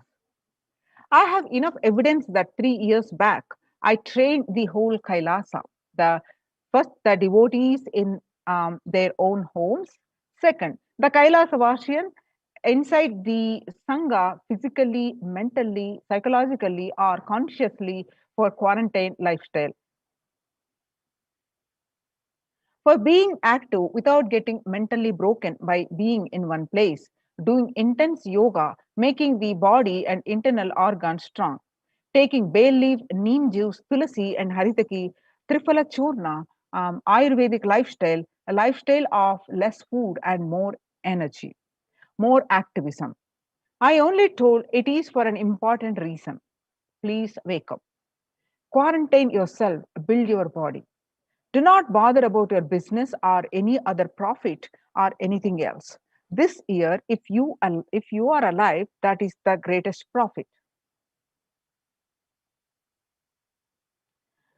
Now, this efforts of the Supreme Pontiff of Hinduism reviving the Kailasas and the ecosystems and the results successfully implemented with zero contract of corona pandemic of these multi-layered Kailasas de facto embassies, spiritual ecosystems have successfully been implemented, and a report has been published by the United Nations, and United Nations recognizes this Kailasa's report on the COVID-19 and multilateralism. You can see the screenshot here projected from the Kailasa's, the Supreme Pontiff of Hinduism, Jagadguru Mahasannidhanam, Bhagwan Nithyananda Paramashivan's Facebook page. You can see, go ahead and click on this link and read the whole article by yourself. And we're also going to present this article here. You can see some more screenshot of this article, which is published, a detailed report. The report published on the https://www.ohchr.org, the Adi Shaivat Minority Tradition.pdf. The globalization of disease has led the world to be only as resilient as the least resilient country and person, especially of highly contagious COVID-19, which has spread the scale and severity not seen since Spanish flu. The variants of the virus, such as B.1.617.2 Delta, the Delta Plus, and Epsilon Gamma, continue to threaten even those vaccinated. Secondary diseases such as black fungus are targeting COVID patients and killing almost 1 in 2 persons in such cases. Human life is more precious and important than all economic principles or systems in totality, because all these concepts are legitimate only because of their utility value, which is to fundamentally make human life better. At least until this ongoing crisis ends, all economic policies related to money, banking, fixing prices of commodities, etc., need to be revised to make sure no human being suffers from hunger or the absence of required medical care. For this purpose, Kailasa has presented a detailed report on effective solution for COVID-19 through multilateralism that was published by the United Nations. The earlier reports published by the United Nations are the reports on the rights of indigenous women and girls. And the second reports were published on femicide. Now, this is the third report UN recognizes, and Kailasa's report on the COVID-19 and multilateralism. Now, let us see the report on detailed report of this COVID-19 and multilateralism. A report by the Adi Shaivat Minority Tradition, which is ASMT, Hindu Community Kailas Union. The report submitted in the month of June 2021. Introduction, which was published a few days ago. The introduction is the first key obstacles. First, globalization of disease has led the world to be only as resilient as the least resilient country and persons, especially for highly contagious COVID-19, which has spread with scale and severity not seen since Spanish flu. The variants of the virus, such as the B.1.617.2 Delta, Delta Plus, Epsilon, Gamma, continue to threaten even those vaccinated. Secondary diseases such as black fungus are targeting COVID patients and killing almost 1 in 2 persons in such cases. Second, distorted policy decisions and conflicting principles can lead to polarizations amongst the nations and within, leading to various extremes such as the hoarding of vaccines in some places, the wastage of vaccines in others, and an unaddressed shortage of vaccines globally. Third, the pandemic has exposed the fragility of the global system.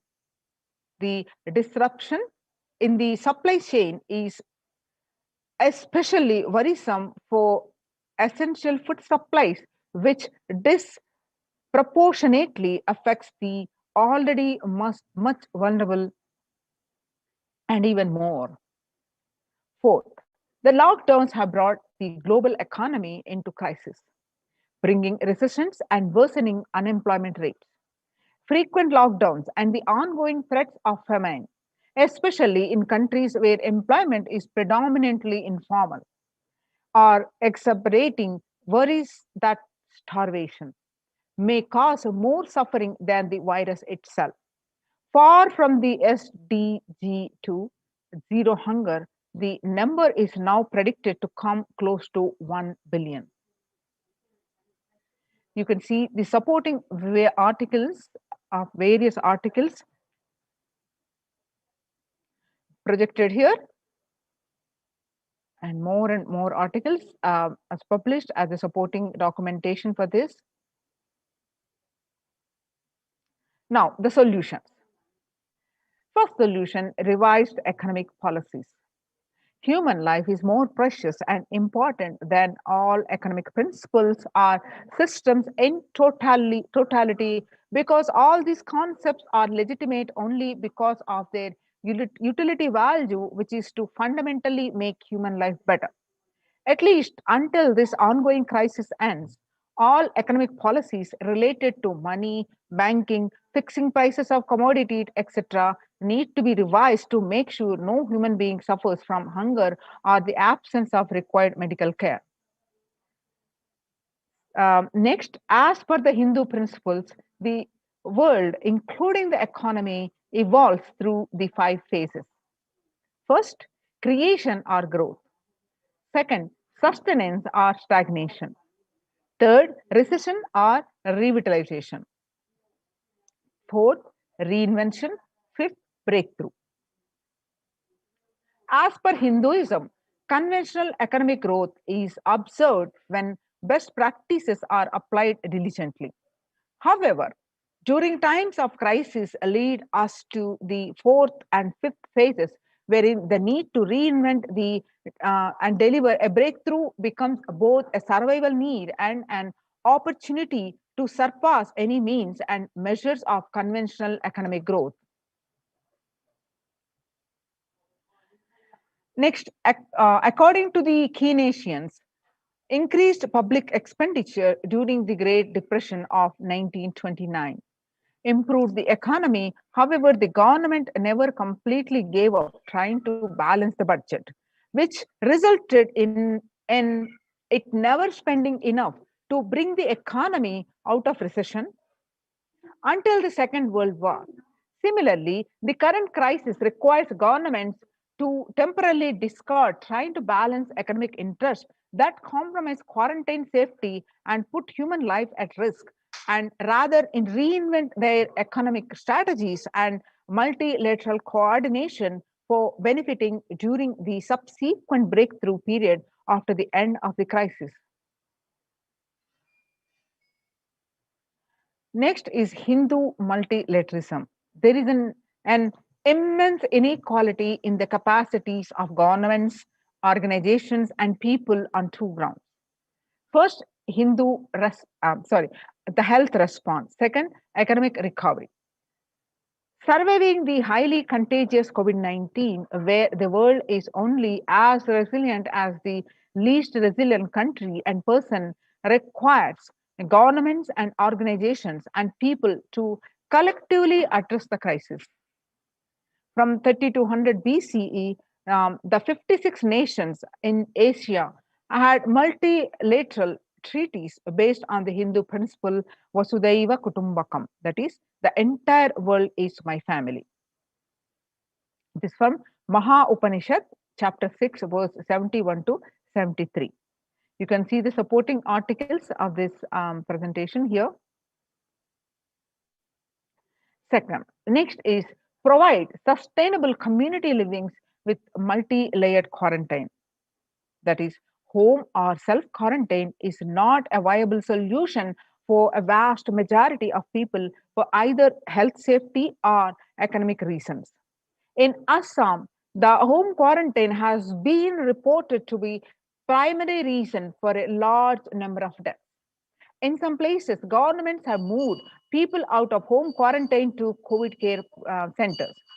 Other issues linked with quarantine, especially in small houses, are mental health problems, such as an increase in suicidal ideation, especially amongst the younger population.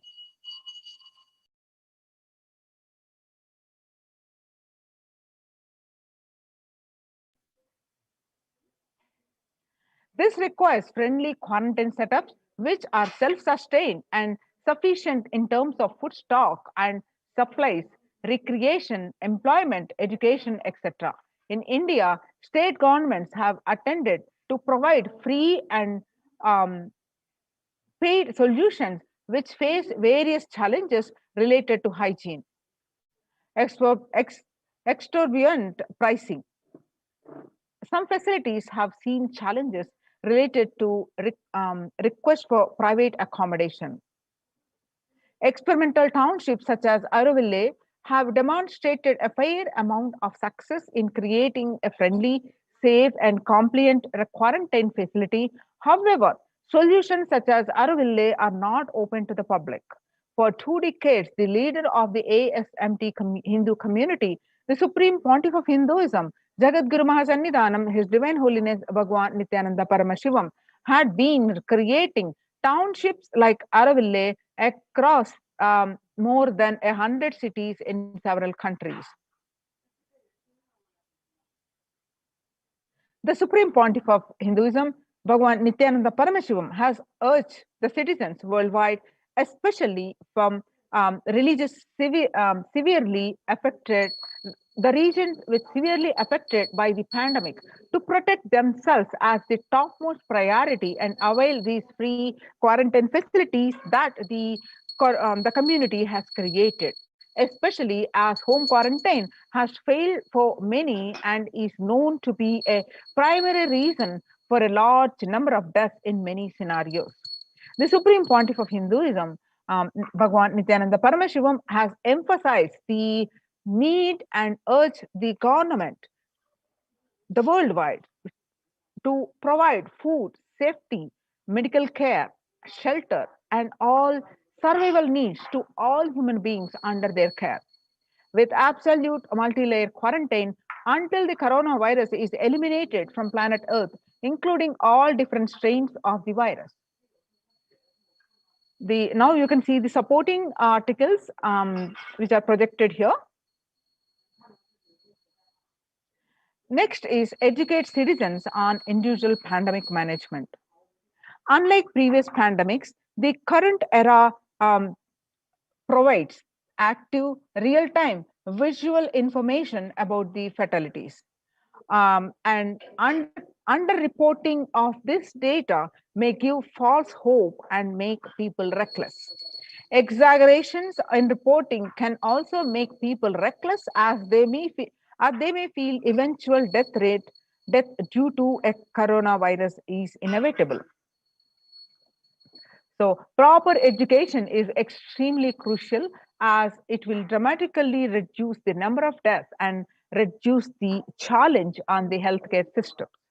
Alcohol-related deaths have hit a record high during this pandemic, and long post-lockdown liquor lines are some extremely worrisome issues regarding which people need to be educated.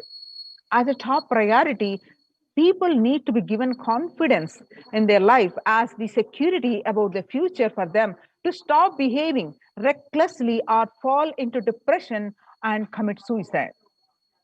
Leveraging best of different economic systems based on charity, barter, and money.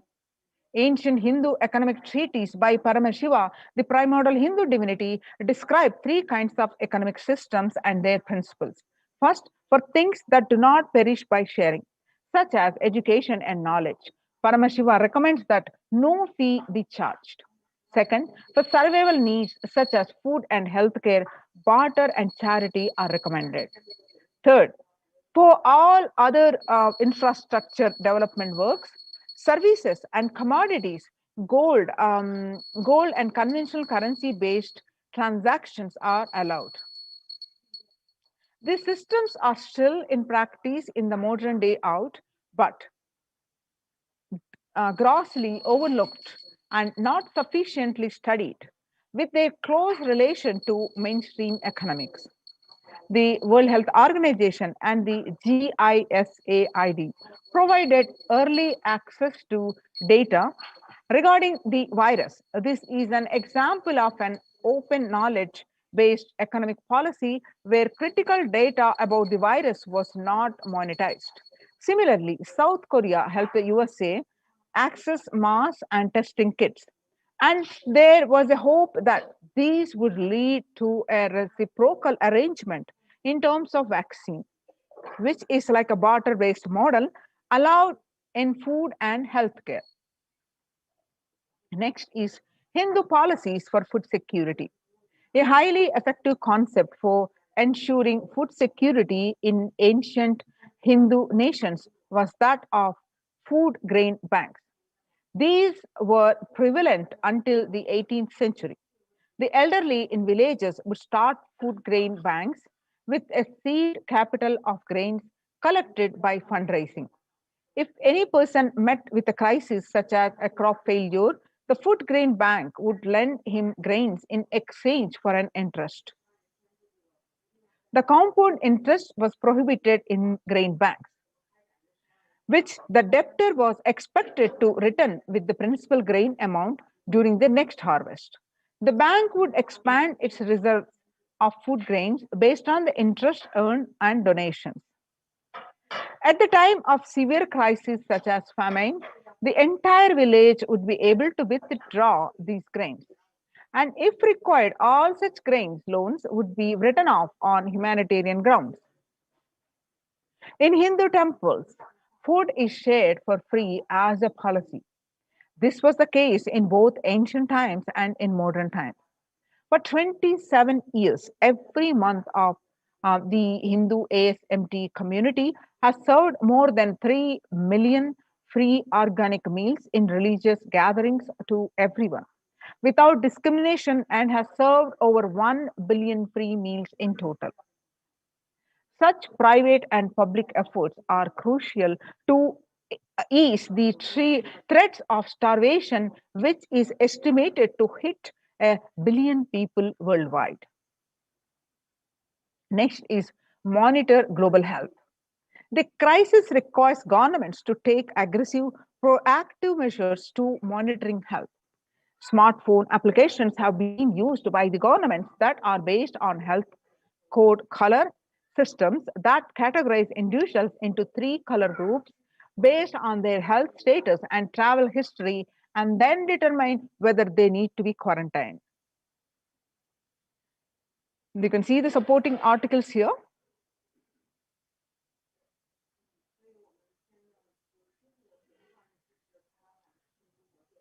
Though there were privacy-related concerns associated with these approaches, some of these measures, such as agile daily reporting systems for accounting of newly suspected, diagnosed, asymptomatic cases, number of deaths, and generating area-wide statistics, have played an important role in proactively responding to curb the spread of the disease and are being considered for implementation by various countries.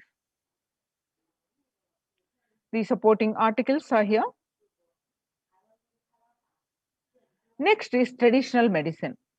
In Hinduism, nature and planet Earth are respected as living divine mother energies capable of providing us with all our survival needs, that is, food, medicines, etc. Though traditional medicines such as TCM and Ayurveda are effective in addressing COVID related issues. And a few years ago, a Nobel Prize was awarded for scientific work based on traditional medicines. The mainstream Western medicine has chosen to characterize Ayurveda as pseudo medicine and TCM as unscientific. Such demeaning of traditional medicine systems have led nations to consider taking defensive unilateral decisions to protect their interest. Outright rejection of traditional medicine is not wise, and such policies should be revisited, especially as these medicine systems are time tested and have kept people healthy for several generations. Kailas Union recommends governments worldwide provide solutions like Kailasa's Hindu medicinal care, which includes completely free of charge Ayurveda, yoga, Siddha, Western medicines, and multi-layered quarantine for complementing their ongoing public health efforts. The supporting documentation here. Next, everyone should be provided access to traditional healthcare systems free from policies that are prejudicial and discriminatory towards these systems. The creation of food grain bank systems and other traditional economic systems, as described in this report, would help the most vulnerable people of the world. You can see the supporting documentation here.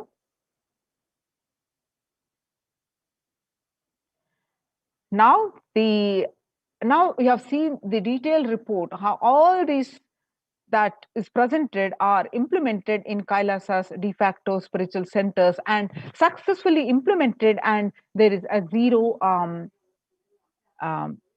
case of COVID, and successfully, these are not only they are protected from corona and related issues, but they are growing spiritually and both joy, bliss, and in all aspects of their life they are growing.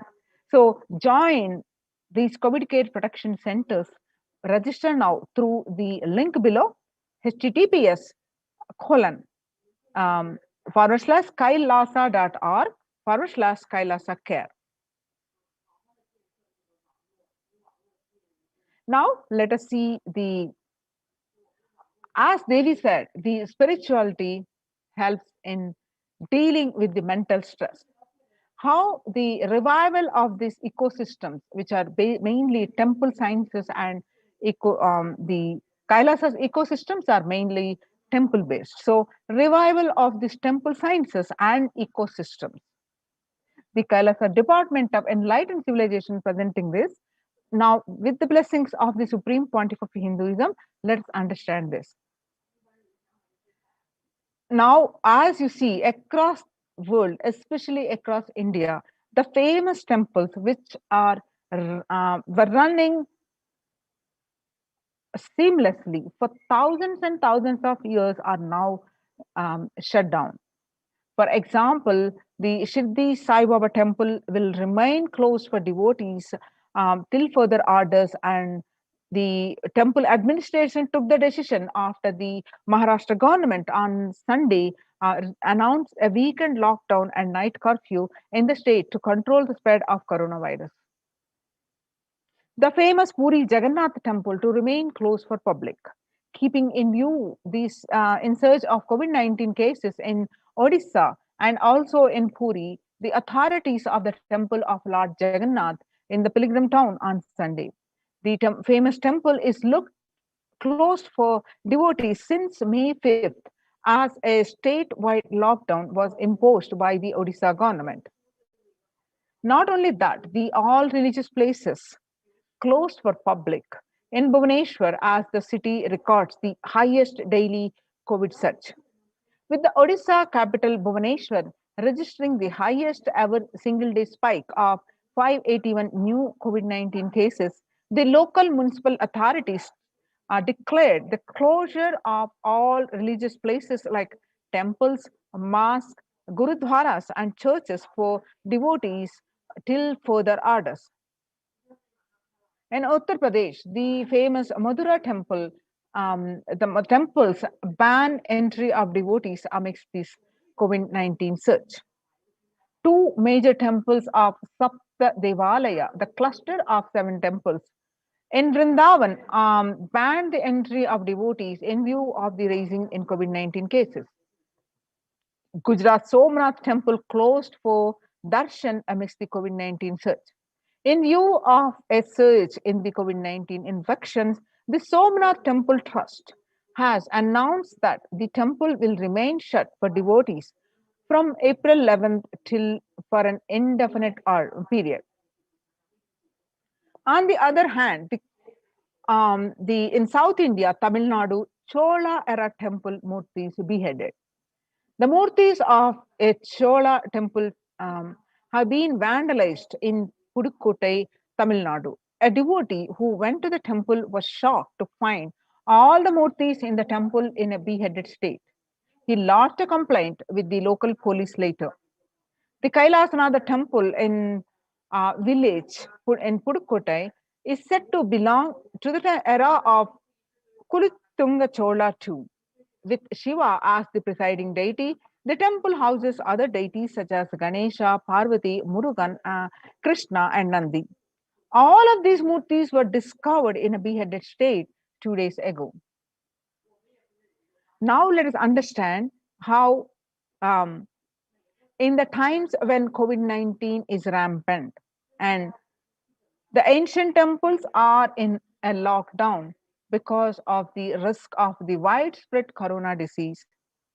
The devotees of these temples were visiting and having darshan of their gods and goddesses for thousands of years.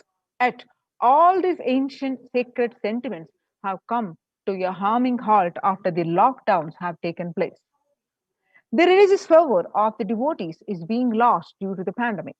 The Supreme Pontiff of Hinduism is reviving the e-Kailasa ecosystem and bringing all the ancient traditions of the online platforms on Kailasa TV, YouTube, and Facebook. Now, let us understand with the blessings of the Supreme Pontiff of Hinduism, first the basic science of why the temple based ecosystems, why we worship, why deity worship. The Supreme Pontiff of Hinduism says that please understand deities are not mere idols, they are embodiment of ideals. We do not worship the idols, we worship the ideals presented through the idols. When the divine is present in before him in a form that he can see, touch, and relate to, the transmutation becomes an easy and joyful process.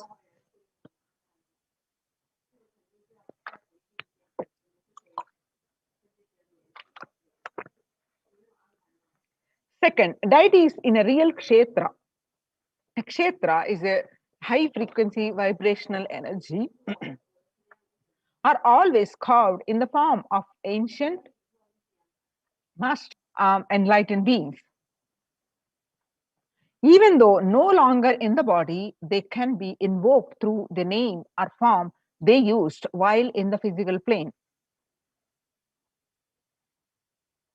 When we pray to the deity or chant its name, the corresponding divine vibration is automatically awakened and becomes available on the energy plane to guide and bless us. The Supreme Pontiff of Hinduism says we mastered the science of bringing the divine to the deities and expressing the divine through the deities. The whole science has been mastered in the Vedic tradition. The revival of temples will be the revival of the world, peace and world bliss. The revival of temples will be the revival of world peace and world bliss. Revival of temple culture